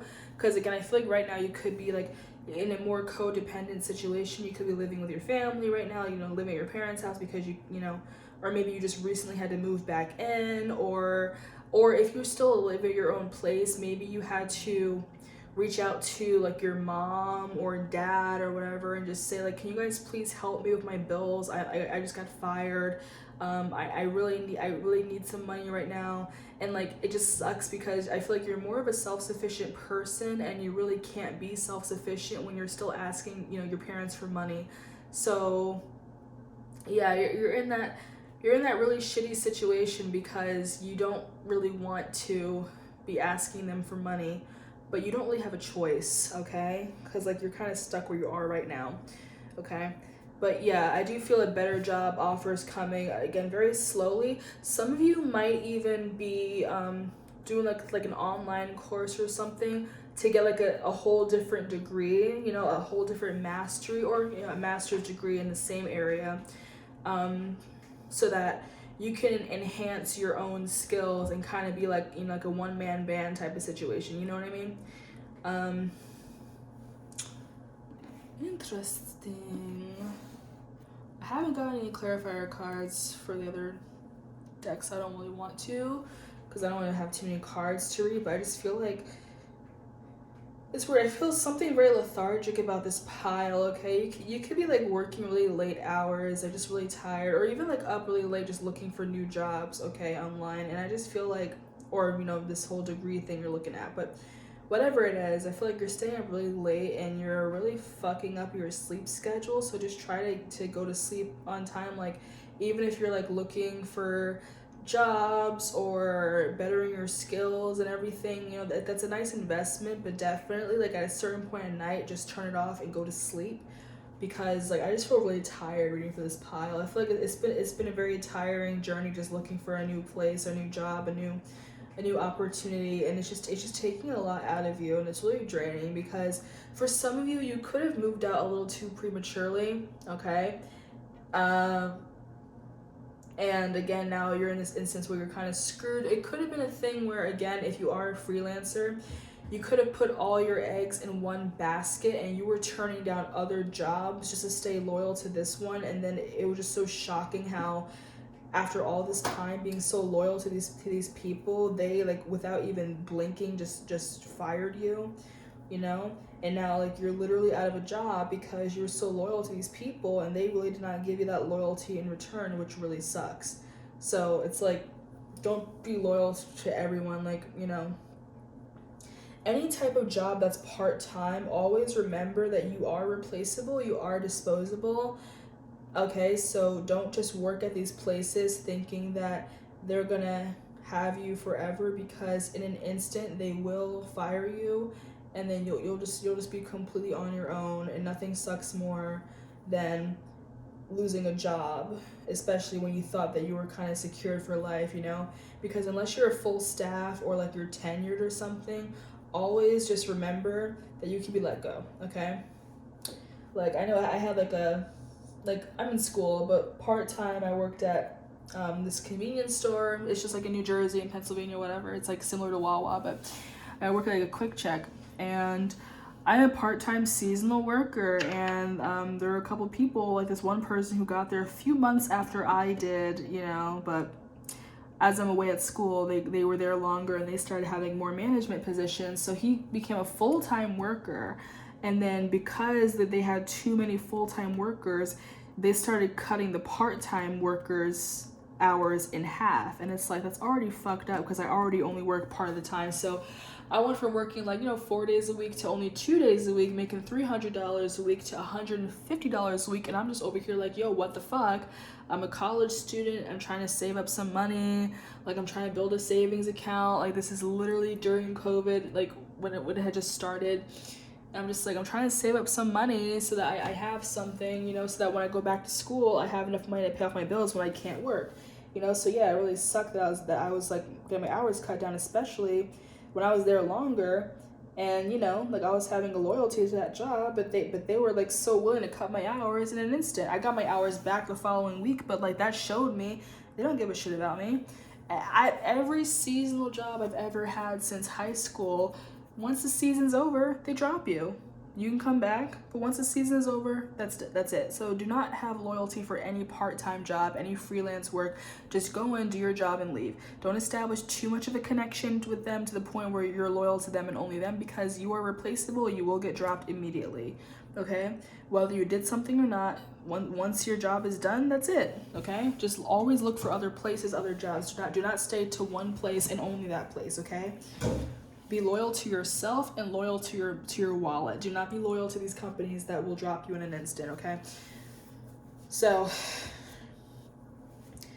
yeah, when this new job comes in again, it might not really be the same exact pay as before, but some money is better than no money, so I feel like you should take it, okay? And I feel like you're going to show that you are more skilled than the job you were initially hired for, and then I feel like you're going to end up making more money because you're going to be more stable. So it's going to be a slow start at this newer place, but then you'll reach a higher of authority much sooner. I got a burp confirmation, okay? So right now, yeah, just keep looking, keep putting your services out there, put your business cards out there, whatever, look for things online and all of that. And don't look at any job as too small right now, because you can easily prove yourself. You can maybe even negotiate a pay rate and make more money than the posting says, okay? Okay, so yeah, be on the lookout for that, all right? I hope that wasn't too what are you talking about? I might do an extended reading, but honestly, these readings are so long. So yeah, I might do an extended reading like I was saying to Pile 1. That'll be on OnlyFans. It's free to subscribe to that tarot channel there, but just for an individual video, you'll just pay. So if you want to look more into that, you can, but I don't want to make these readings too long because it's a lot of stuff I gotta get through. Okay, so thank you, Pile number 1. Hopefully that answered some of your questions. I really hope it wasn't too confusing. Pile number 2, Black Obsidian. Let's look up what this is. Okay, so obsidian is a strongly protective stone. It forms a shield against negativity. It blocks psychic attack and absorbs negative energies from the environment. Obsidian draws out mental stress and tension. Okay. So yes, some of you could have some dark energies around you, maybe some jealousy, a lot of competition regarding career, because that's what we're looking at right now. So this is just kind of here to protect you, okay? Very interesting stone. It's kind of translucent on the sides. It's a cool stone. Anyway, also I think if you're a Scorpio, meditate with this stone too. All right, yeah, so career reading for Black Obsidian, Pile number 2. Okay. Thank you, Spirit. Pile number 2, Black Obsidian, career reading, please. Let's get an insight on the career, jobs, career path, please, and thank you. Okay, that kind of flipped into the deck, so. Okay, 6 of Pentacles. All right, that's cool, that's cool. The Star. Wow, okay. There's a lot of cards that just came out. Page of Pentacles in the reverse, Seven of Cups in the reverse, King of Pentacles, and Ten of Swords. Very random, that Ten of Swords, I must say. And then Three of Pentacles in the reverse. Okay, so like I was kind of saying, there might be some jealousy in the career field that you're in with other people that might be jealous of like the work that you're doing. I feel like a company is going to take a chance on you. It could be like an internship, a fellowship, or I know it's like an entry-level type of position. But yeah, I feel like a company, maybe you're not entirely experienced in, but I feel like they almost see, you know, your spunk or whatever. Like it could be a type of thing where like you weren't necessarily looking at this job, but they just kind of asked you to work for them. They hired you, like, because I feel like they saw the potential. They saw you had a knack for it. It could even be a type of thing where like maybe you work at this company already, but in a completely entirely different position, entirely different like area, whatever, field of whatever. And then like maybe you know, you get into a conversation with someone that's like up there, like the King of Pentacles energy. You get into a conversation with someone who's kind of like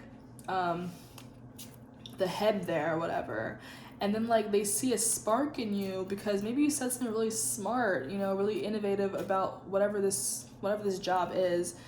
So then they're just like, huh, you work here? And you're like, yeah. I mean, like I'm the janitor or whatever, like I clean the bathrooms, like, or I work in the mailroom or whatever. And they'd be like, no, you work in a mailroom? Like, why don't you work for me? Why don't you work for this position? And you're just like, huh? You know, so I kind of feel like you'll be going into it pretty inexperienced, but it's like it's natural for you, okay? I feel like it's just natural, okay? And for those of you who are in school, I feel this could just be college stuff. Like maybe you're switching majors, okay? Okay, so like maybe like, yeah, you can have a major that's entirely different, but then like, maybe you're taking a class like as an elective that's related to this field you're about to go into. It could be like an elective, but then like the professor sees a lot of potential in you, and they're just like, you're not a so-and-so major, and you're like, no, I'm a communications major, I'm a whatever, a business major. And they're like, you should be a so-and-so major, or like a double major or minor. Like you should totally, because you have a lot of talent in this field, in this position. I can already tell you should be in this major. And then out of nowhere you're like, okay, sure, and then you change your major, okay? But otherwise, if it's more job and not school, then yeah, I feel like you're just gonna be offered a position, an internship, an assistance, apprenticeship, fellowship, or just a standard entry-level job. I'm getting like True Jackson VP, like that type of situation. You know how like I forgot how the show starts, but she kind of comes in like just handing out flyers or something, right? But she was wearing the clothes from Mad Style, like the all brown like pantsuit, and Mr. Manigan is just like, oh, didn't I make that? And she's like, well, yeah, but I actually altered it a little bit, and like I changed the buttons to orange because it looks more fun than the blue buttons, and I cropped the pants, and look how cute it is. And he was just like, wow, that actually looks a lot better than what I made. How would you like to work for me? Like that type of thing, you know? So yeah, you could have a True Jackson VP type of moment where like you're kind of like very inexperienced, youngin', whatever, and then like this person sees a lot of potential and they offer you a job, okay? But I feel with that you're gonna have some people that are just like, how on earth did you just get a job here? Like I've been working here forever, working my ass off, and I'm still at this position, and you kind of came in from nowhere, and now suddenly you're at this high position, like you're the star of this job all of a sudden. You know, there are going to be people that are really jealous of you, okay? Which is why there's a lot of negative energy, because there are people around you that want to see you fail, okay? You could have Aquarius energy, Aquarius in your chart, whatever, but that's Aquarius, okay? But in general, that's just like, that's healing, that's like rejuvenation, that's prayers being answered, that's literally making a wish on a star, okay? yeah, you're going to shine bright in this field, okay? But again, you're a beginner. So there are going to be some people around you that are willing to help you out, and then other people that are just going to be there to confuse you and try to sabotage you. So it's up to you to just kind of intuitively know who's there to work with you and who's there to work against you, okay? Be very selective. Because, yeah, I just feel like no matter what this is, I feel that you're going to be the newest person there, you know, like newest as in like inexperienced person. Like all these other people have been there for years or months, and you'll just be coming in and you're brand new, and then you don't really know that much about it, but you do have the potential. So it's kind of the thing where you actually know a lot more than you think, but you need to unlock that potential. Okay, but yeah, you're coming in as new, and then you suddenly are in a total position of authority, and everyone around you hates you because of that, you know? Because usually, you know, you work at a job, you get a promotion, but you just got hired as a management position or as an executive whatever with like no experience, and they're just like, what the fuck, like that's not cool, like they don't like that, but you know you deserve it because the person that hired you saw that potential in you, okay? But again, you don't really know that much, like all the ins and the outs, all the technical aspects of it. You need to learn that, okay? You need to learn that because it's going to be really confusing kind of going into it. A lot of different options, a lot of different like choices to make on the job on like a regular basis, okay? This could be something kind of artistic. It could even be something, I'm getting like stocks, okay? Which is so fucking boring, but you know, do you? You might have a knack for stocks or like star. I'm thinking like entertainment, like maybe like film industry, theater, whatever, you know, like you just somehow get this higher up position out of nowhere, and they're just like, how did you, or fashion design, something like that, you know? But yeah, I feel like there's like a lot of decisions to make on a regular basis, and it will be really confusing, but you'll learn the curve. It's a learning curve, you'll learn it. But yeah, you will be deciding who to trust and who not to trust, who's there for you, who's going to work against you, like I said. And again, this person that hired you, they definitely see a lot of potential in you. Don't disappoint them, okay? Don't let them down. Don't be so unsure of yourself. You were hired for a reason, because you might have like a lot of moments on a regular day-to-day basis where you feel defeated. You feel that, you know, oh, you're not good enough, you don't deserve to be there, but you do. Okay, let's get some clarifier cards.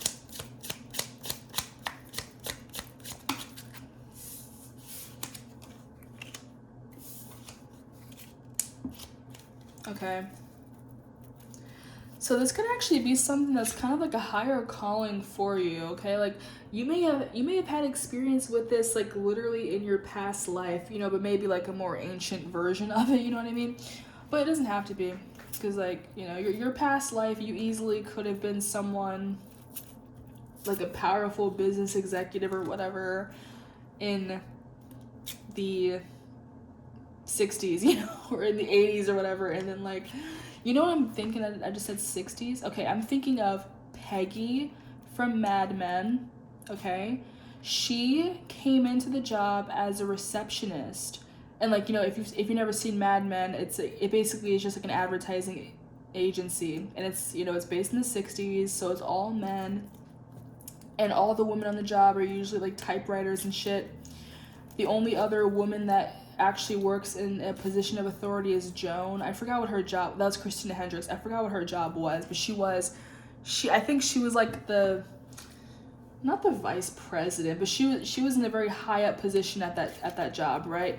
But basically, yeah, she was like the only other woman in the job. But Peggy, the show starts like literally the first episode. It starts with Peggy Elizabeth Moss, and she is the receptionist that's just gonna sit at the typewriter and just you know, she was Don Draper's receptionist, John Hamm. But then she had a lot of potential, so then Don Draper was like, you know what? Why are you my receptionist? You need to be one of the, you know, one of the agents here. You need to be one of the sales reps here, one of the advertisers here, because you have way too much potential to be my assistant. You know, so he basically promotes her. Okay, so yeah, that type of situation. And then I'm also thinking of I make a lot of Friends references. Like I have a Friends addiction. I watch the show all the fucking time. But yeah, so in Friends, Monica Geller is actually really funny because I referenced like this exact same moment in the last reading. But yeah, so Monica Geller in Friends, you know, like that moment she was like a food critic, like after she had gotten fired from her other job as like a sous chef, whatever. So then she was a food critic, like filling in for a friend or something, and she critiques Alessandro's, and then the guy goes to her apartment and is like, oh, what's wrong with the tomato sauce? It's delicious, whatever. And then she's like, I'm gonna show you what it really tastes like. So she makes it for him, and then because she made it so delicious, he hires her as the head chef. Okay, but then when she becomes head chef at Alessandro's, after giving such a shitty review of the restaurant and all the people that currently work there, all of the other chefs and the waiters hate her, you know, and she actually replaced one of the employees that, like, she replaced the head chef there that was also like related to a bunch of people there. So yeah, she came in out of nowhere as the head chef, you know, although she did have experience. You know, they probably didn't know that, but she was a sous chef, and then she was a critic, you know. But yeah, so she immediately was hired as the head chef at Alessandro's, but all the people there hated her. They wanted her to quit, and she had to assert dominance by, you know, pretending to fire someone, you know, firing Joey, just to get people to take her more seriously. So yeah, and then again, like I said with Peggy, you might have a similar situation with that, where you start off as like a very like entry level kind of position, and then out of nowhere you just shoot up to like a higher authoritative position. But people aren't going to like that, because there are other people that were probably thought they were up for the job, and then out of nowhere you came in and swooped it from them. Okay, but this is your calling. This is a career you're destined to be for. But you are going to have a lot of moments of self-doubt. Okay, this is actually in the reverse, because those ouch, my nose, these spades are upside down. So this is actually Eight of Swords in the reverse. So all of this like self-victimization mentality of being like, oh, all my coworkers or employees, they all hate me, they all want me to quit, blah blah. Don't listen to them, and just because they don't like you, so what? The person that hired you wants you there. Just because your coworkers don't like you, okay, they can suck it up, because they're gonna be jealous anyway. Who cares? You know? Who cares? Throw this and that, throw that shit away. Throw it away, okay? Throw it away. Fucking turn that, I don't want to fucking look at that shit. Turn it upside down, okay? Don't have these moments of self-doubt, okay? Because I feel like you're gonna have a lot of negativity in your ear making you think you're not good enough for this job, but you are. It's a higher calling, okay? And yeah, with the Joker card, that's the Fool.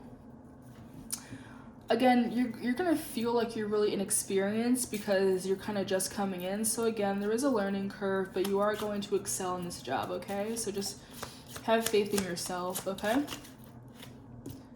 Three of Pentacles, Five of Pentacles. Okay, so yeah, with Three of Pentacles twice. So I want to see what the 2 3s are, but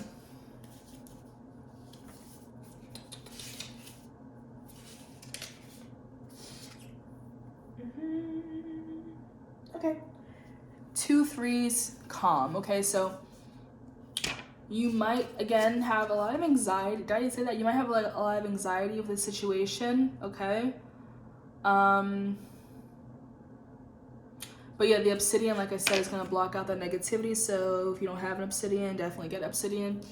But you'll feel calmer as you go along. You'll feel more sure of yourself as you continue in the job. And you know, even though people act like they don't want to work with you, you will have to work with them. So you will find some people that are willing to work with you and help you out. Okay, you're not going to be completely on your own. You just have to find the people that actually mean, you know, that have good intentions, basically.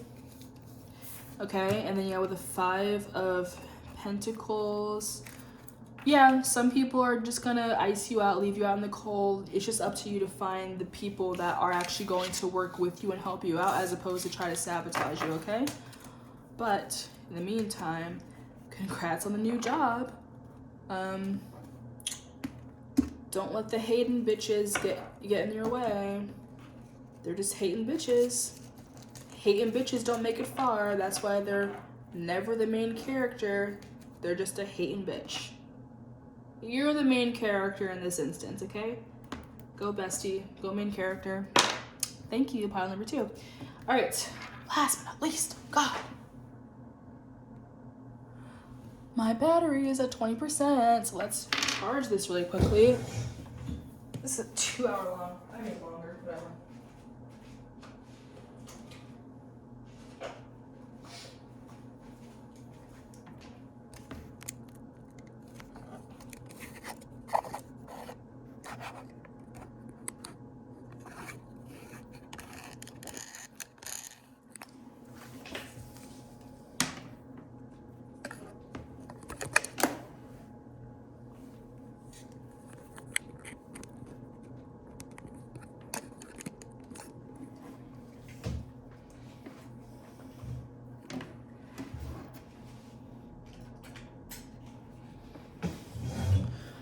All right, I set up, my God.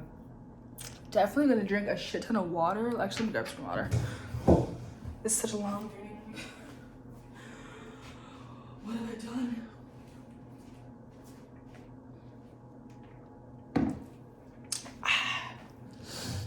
Okay, all right, last but not least, pile number 3 at hour 2. Oh my God. As soon as I finished reading for pile number 2, I saw that I had 20% battery, so I just wanted to charge my phone, and then I'm like, my throat is burning because I've been reading for 2 hours, so just had some water. Some of you might have like a low social battery or just a low battery in general if you're really low energy, okay? Anyway. Whew. Don't overwork yourself, all right? So yeah, we have the clear quartz, same as this one, just a different shape. Clear quartz crystal, particularly useful for stimulating the crown chakra. Clear quartz enhances psychic abilities. It aids concentration and unlocks memory, similar to howlite, okay?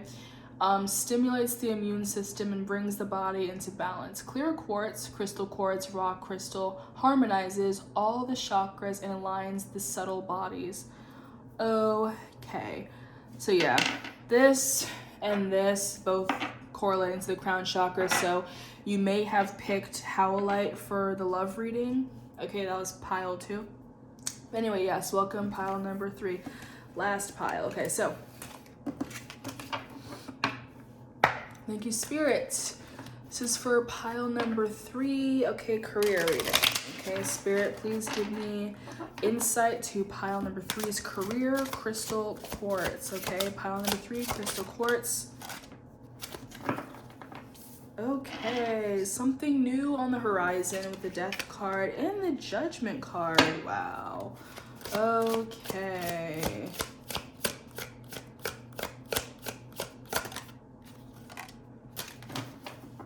Eight of Pentacles. Some of you are probably about to graduate, okay? Goodness. I feel like some of you are working on a degree because, you know, the Eight of Pentacles talks about like school, apprenticeship, just working hard, but like kind of at like such a short level. Okay, so yeah. And the Death card is like new beginnings, also Scorpio energy, and then the Judgment card.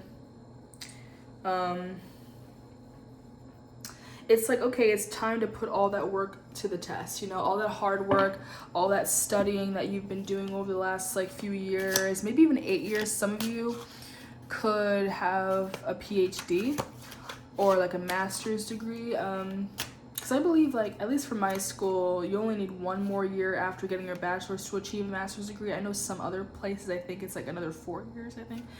I don't know, but I think, no, I think other 4 years is PhD, like I was saying. So yeah, 4 years is like your bachelor's, and then 5 years is master's, and then like, I think like what, 6 years or whatever is like a doctorate, and then like 8 years is PhD, whatever. Anyway.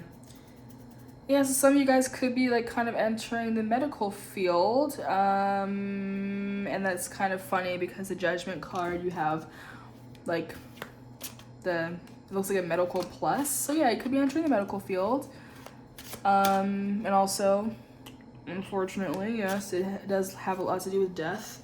because of that. Too many cards, bitch. Too many. No. Too many fucking cards. Chill the fuck out. Chill the fuck out. Please and thank you. Like one or two more cards. Not that many. The train is passing by. School's right by a train station, so I always see a train passing by. But you might have a job like kind of in the city where you have to transport by train. Maybe you do not have a car of your own, or you know, you just have to take a train. Maybe you kind of go over like a body of water to go to work every day, you know?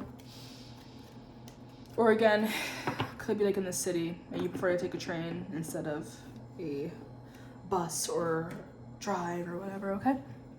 So yeah, death card. A new beginning, I feel like, is kind of uncharted territory, okay? Again, your hard work is being put to the test now regarding your career.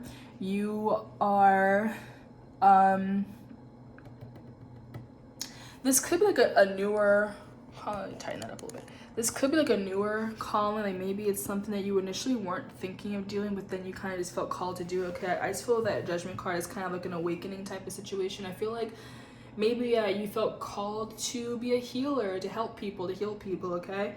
And yeah, I feel like you've been studying this field for like the last 8 years, you know?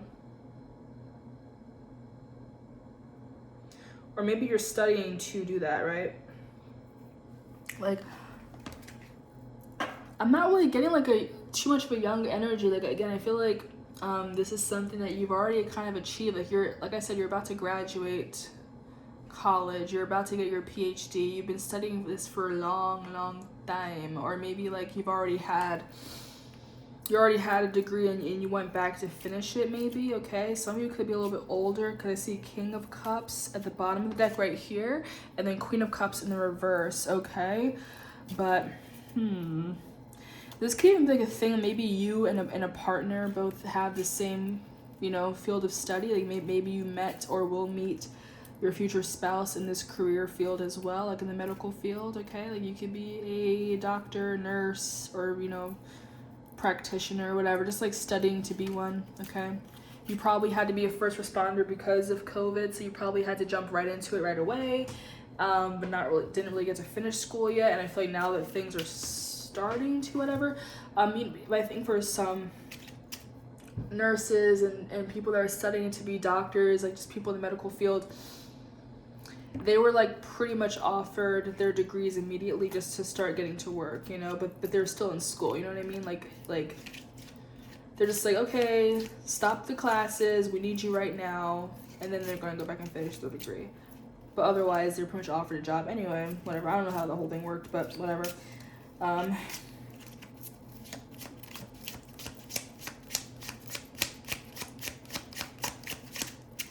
Some of you could be really religious too. Like I just feel like you just have like this whole calling to your higher self to just help people and be a healer. The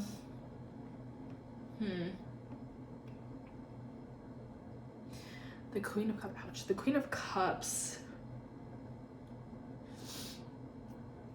I just feel like there's a level of a nurturing energy, okay? But yeah, I feel like for you guys, you're not just studying to like, you know, be like a nurse. I feel like you actually want to be a doctor, you know, like higher up, maybe like a surgeon or something, you know, like a higher up position, because I'm just getting like that Queen of Cups energy.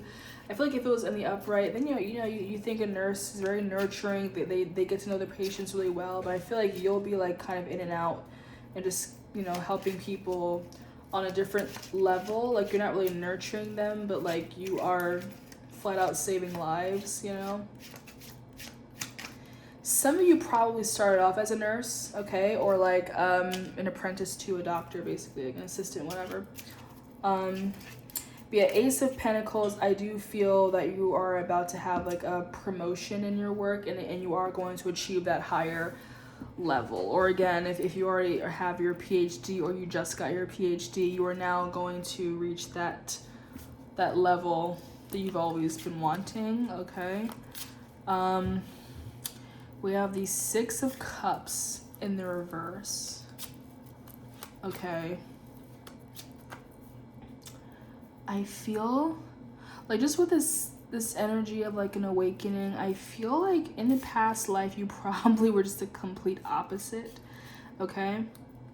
Look to your south node, okay? Your south node will kind of show you like, you know, what you have achieved in your past life, okay? I feel like you probably weren't really this healing, nurturing, caring person in your past life. You're probably very selfish in the past. And also the south node doesn't just apply to past life, it just applies to like your early life, you know, before adulthood basically. So yeah, maybe when you were younger you were very selfish, you didn't really care about other people, and I feel like something happened that really opened your eyes to just make you realize that everyone, you know, everyone is someone's, you know, family. Everyone that you see, they have their own story, you know. You probably used to be very self-evolved, and then like you,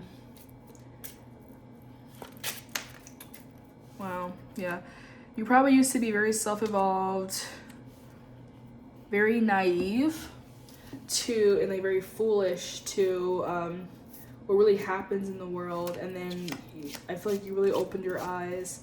And again, if this is medical, it could have had a lot to do with COVID, because you're seeing all these people getting sick and dying, and it just really touched your heart and maybe hit home for you. So after that, you had like a new profound sense of life, and you're just like, you want to be the one to help people, okay? Very profound.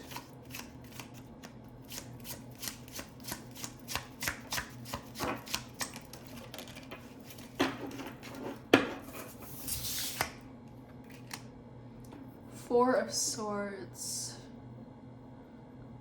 All right. So I think did I say this to your pile or last pile? I don't even know. I think I probably mentioned to the last pile, but I was just like, some of you might be like kind of overextending yourself, so really tired. I think I did say it with you guys. Let's see.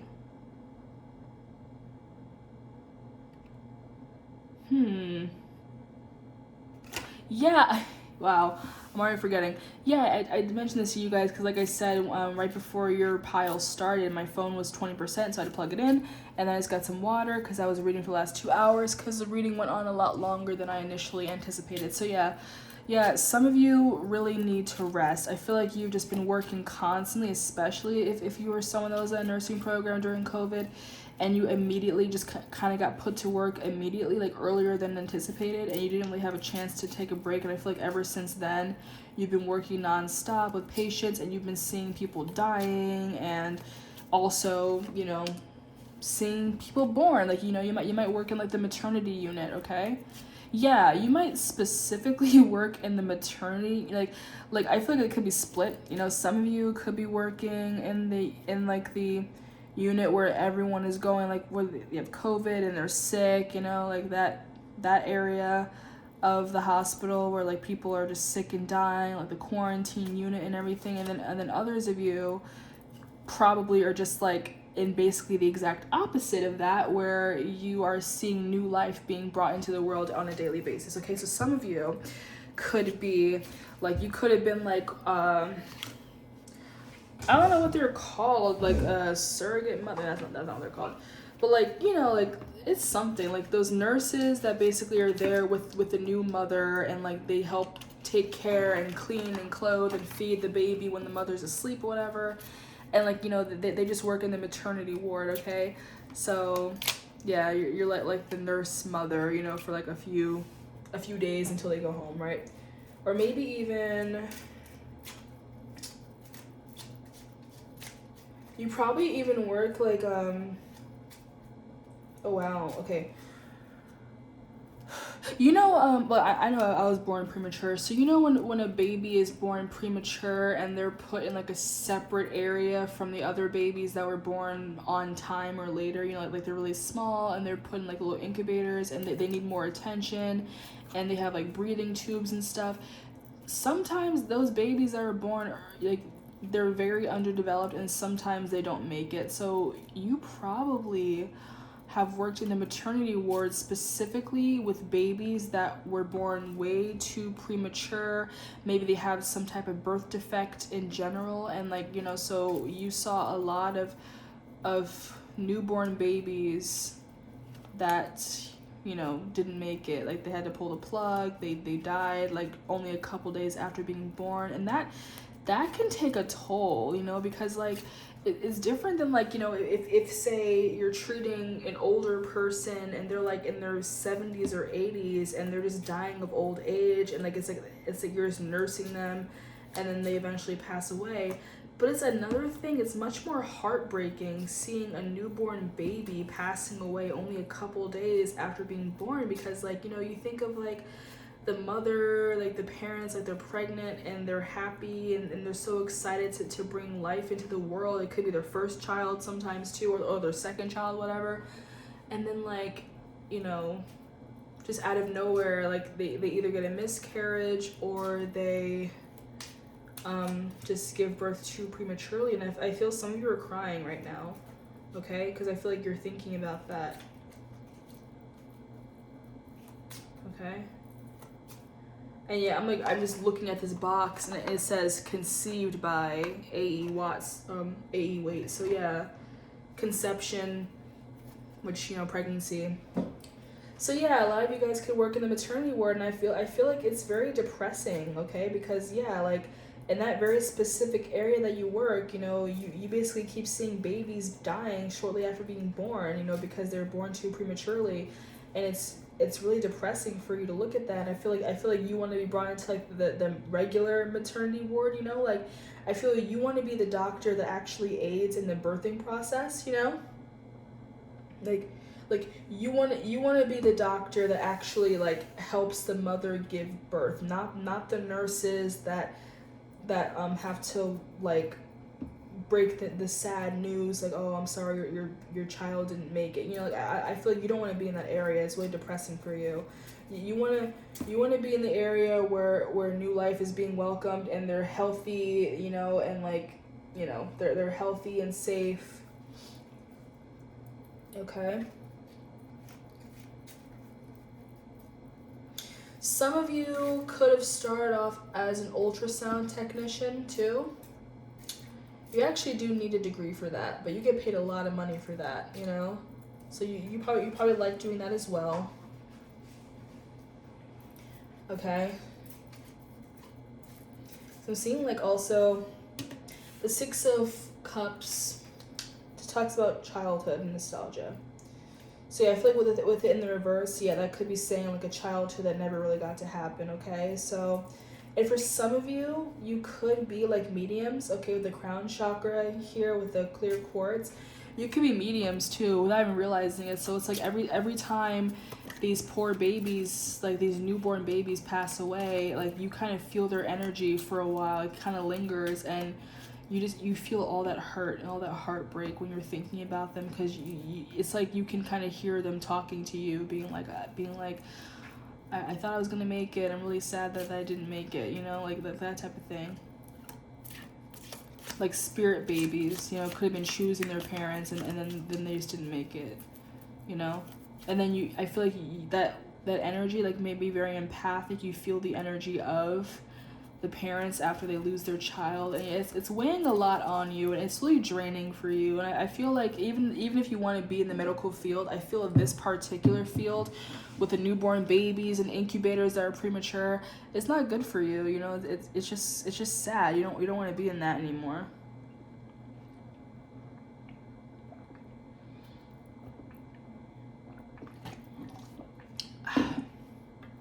But yeah, so you might be getting promoted from nurse to the doctor that assists in giving the birth, like I already said a million times. Okay.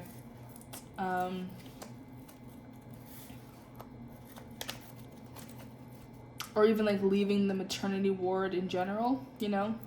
Like maybe no longer being a maternity doctor, but just like, yeah, a surgeon, or like work in like the emergency room, or, you know, or maybe even something that's like, well, dentistry is a completely different thing than like a surgeon. You know, that's a whole different level of schooling, you know. So not, you would still stay in the similar, doctoral whatever field, but you're not going to be in the depressing maternity, or maybe not in the emergency room either, where like it's just constantly like you're seeing people dying, because it's just really sad. And I feel like part of you is just feeling like you don't even want this anymore. Like you don't want this type of career anymore, because it's just a lot on your mental state. Okay, 6 of Pentacles. Charitable.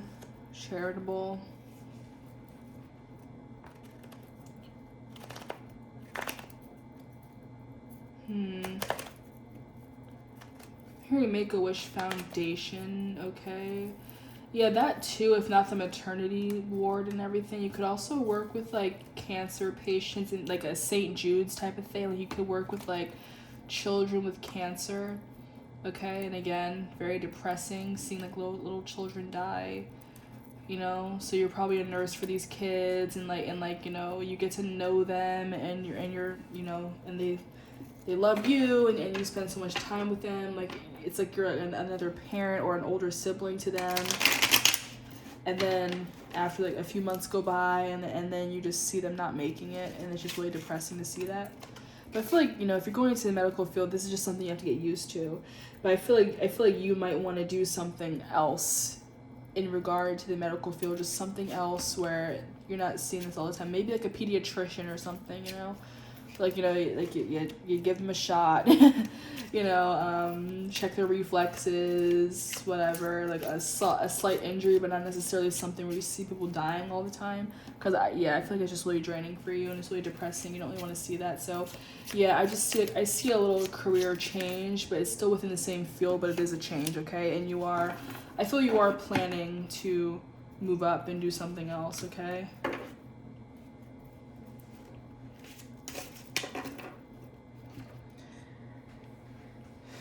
Yeah, 3 of Wands, that's planning for the future.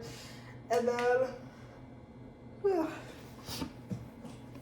9 of Cups is like the wish fulfillment, okay? So yeah, I feel like this desire to move up a level and just be in a different area of the same career field with this whole medical thing. Again, if you're not in the medical field, or a general healer, like a medium, even another psychic or something like that, and like you're just like, this has nothing to do with me, then please just pick another pile. This is not your reading, because all I'm seeing is medical. I don't see anything else, okay? I see PhD because 8 years, I'm seeing like the cross right here, death, rebirth, that's all I'm seeing right now.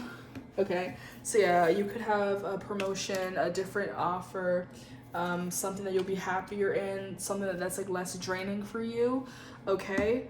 But it definitely is medical. I do not see anything else, okay? If you are not a healthcare medical profession, this is not your pile, okay? If you're not a healer of any kind, this is not your pile. If you don't think that you're a medium, or you're around dead people, or you can feel their presence, this is not your pile. Please just pick another pile, because that's all I see. Okay? I'm sorry about it. The other readings were a little more ominous, but this is just so specific, and it's like, I have nothing to do with this area. I have nothing to do with this medical field, so that like these messages are just coming to me, okay? I relate more to the arts. So like usually I generalize and I just mention stuff about the arts, but because that's my area of interest, so I mention that as more of a generalization. I would not immediately go to the medical field, but that's what I'm picking up. I'm sorry. So if this is not your field, then pick another pile. But yeah, you're gonna get a better position than the depressing one that you're in, but you definitely need to take a break. I would even say maybe do less hours, at least for a little bit, like or even like if you can try to request some time off, like a vacation or something, please do that, because like, oh my god, it's just really depressing. I feel like really numb right now just thinking about this, okay? Like, I feel like you're not really happy right now. Because even though you are in the field that you want to be in, it's just a lot on your mental state. It's really depressing. Like, I could only imagine being a medium working in the medical field. That must be terrible. It's like you're being haunted, you know? That's not fun. Okay? So yeah, you're going to get an offer to move up to a different level where it's not as depressing. You might even make a lot more money than you are now. And yeah, it's not like the sad parts of the medical field. It's something like a little more like, what's the word I'm looking for? A little happier, a little more joyous. Because again, medical field, I wouldn't really say is happy, you know, because people are coming in constantly injured and everything. But what I'm seeing though, because again, I feel like for this particular pile, you already have a job, you already have a career field that you're already interested in, you already committed a lot of time, you know, many years to. I don't think you're going to change it, but you are going to change the position you are in that field. But I just feel like you guys need a salt bath. Okay, like you need a salt bath. Like I would say at the end of every day, okay, because you carry so much energy from so many people. You carry a lot of negative energy, okay? So a salt bath will draw out other people's energy from you, and it'll be less draining. You'll get less migraines. You won't feel so sad, okay? Just like literally just have it already ready, you know? Like if you have like a roommate or like a boyfriend or girlfriend that you live with or whatever, or just, you know, live with your family, just call them when you're on your way home and be like, hey, I'm on my way home, can you please draw me a bath? Like, you know, just have a tub of hot water and some Himalayan pink salt, please. Just draw a bath with some hot water and salt. And when I come to the house, I'm taking a nice bath, you know, just to get all this energy away from me, you know? Just ask, just see if they're willing to do that for you. But if not, you know, if for some reason someone is reluctant to just run some water in the tub for you, that would probably take like 5 minutes or 10 minutes to fill up. Whatever, do it when you get home. Just when you get home, just draw a bath. Not like a bubble bath, although do what you want, but just Epsom salt, Himalayan pink salt, sea salt, whatever. But you need a salt bath. And if you're not really a bath person, just soak your feet, okay? Like just get like a big bowl, big enough to put your feet into, some nice hot water, you know, or whatever, lukewarm, room temperature, but just some nice warm water, some Epsom salt, Himalayan pink salt, or sea salt, whatever, just salt and water, and soak your feet. And you will draw all of that negative energy away from you at the end of the day, because you absorb so much negative energy and it is depressing, okay? It's depressing. You don't need to be surrounded by that many dead people, that many spirit. Like, no. Oh my God. Because then it's like you're being told other people's memories, okay? Like that shit's scary. Like I could never. Like, oh my God. Like I'm not even that much of a medium, at least like I don't meditate that often. I need to, but like, you know, I haven't unlocked a high level of mediumship. That I just read cards and I'm a little bit psychic and, you know, very intuitive, just for, at least for my own benefit and some people around me. But I couldn't imagine being a medium in a hospital. Oh God, sounds fucking awful. Like Jesus, terrible. Like, no.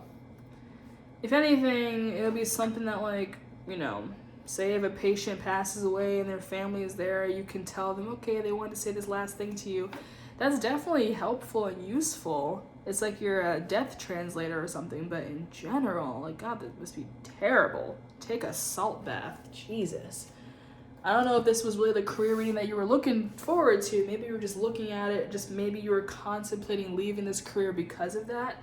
But again, if this is a career path that you love, but it does get really draining for you, just take that salt bath, do that salt water transfer just to get the energy out of you, and then it won't be as draining, and then you can still continue to do what you love without feeling so drained by it, okay? That was heavy as fuck. Okay. But yeah, so pile 3, do look for some type of promotion where you're not really in that specific area that's draining you so much. I feel you'll be a lot more successful, make a lot more money that way, okay? And you'll still be helping people. But yeah, so that was it for you guys. Jesus. Alright. Now, yeah, I was gonna make an extended reading, but these readings are gonna be really long, but, I don't know. I think I'll do the extended reading, but I'll make them 2 separate videos, and I'll put that on OnlyFans. It's free to subscribe, but just if you want to look at a specific reading, it's gonna pay for that reading, whatever. Otherwise, you can get a personal reading from me. Website is in the description, okay? But yeah, so that is it for you guys. I'm gonna take a nap after that and then upload this. But yeah, you guys have a good one. Bye.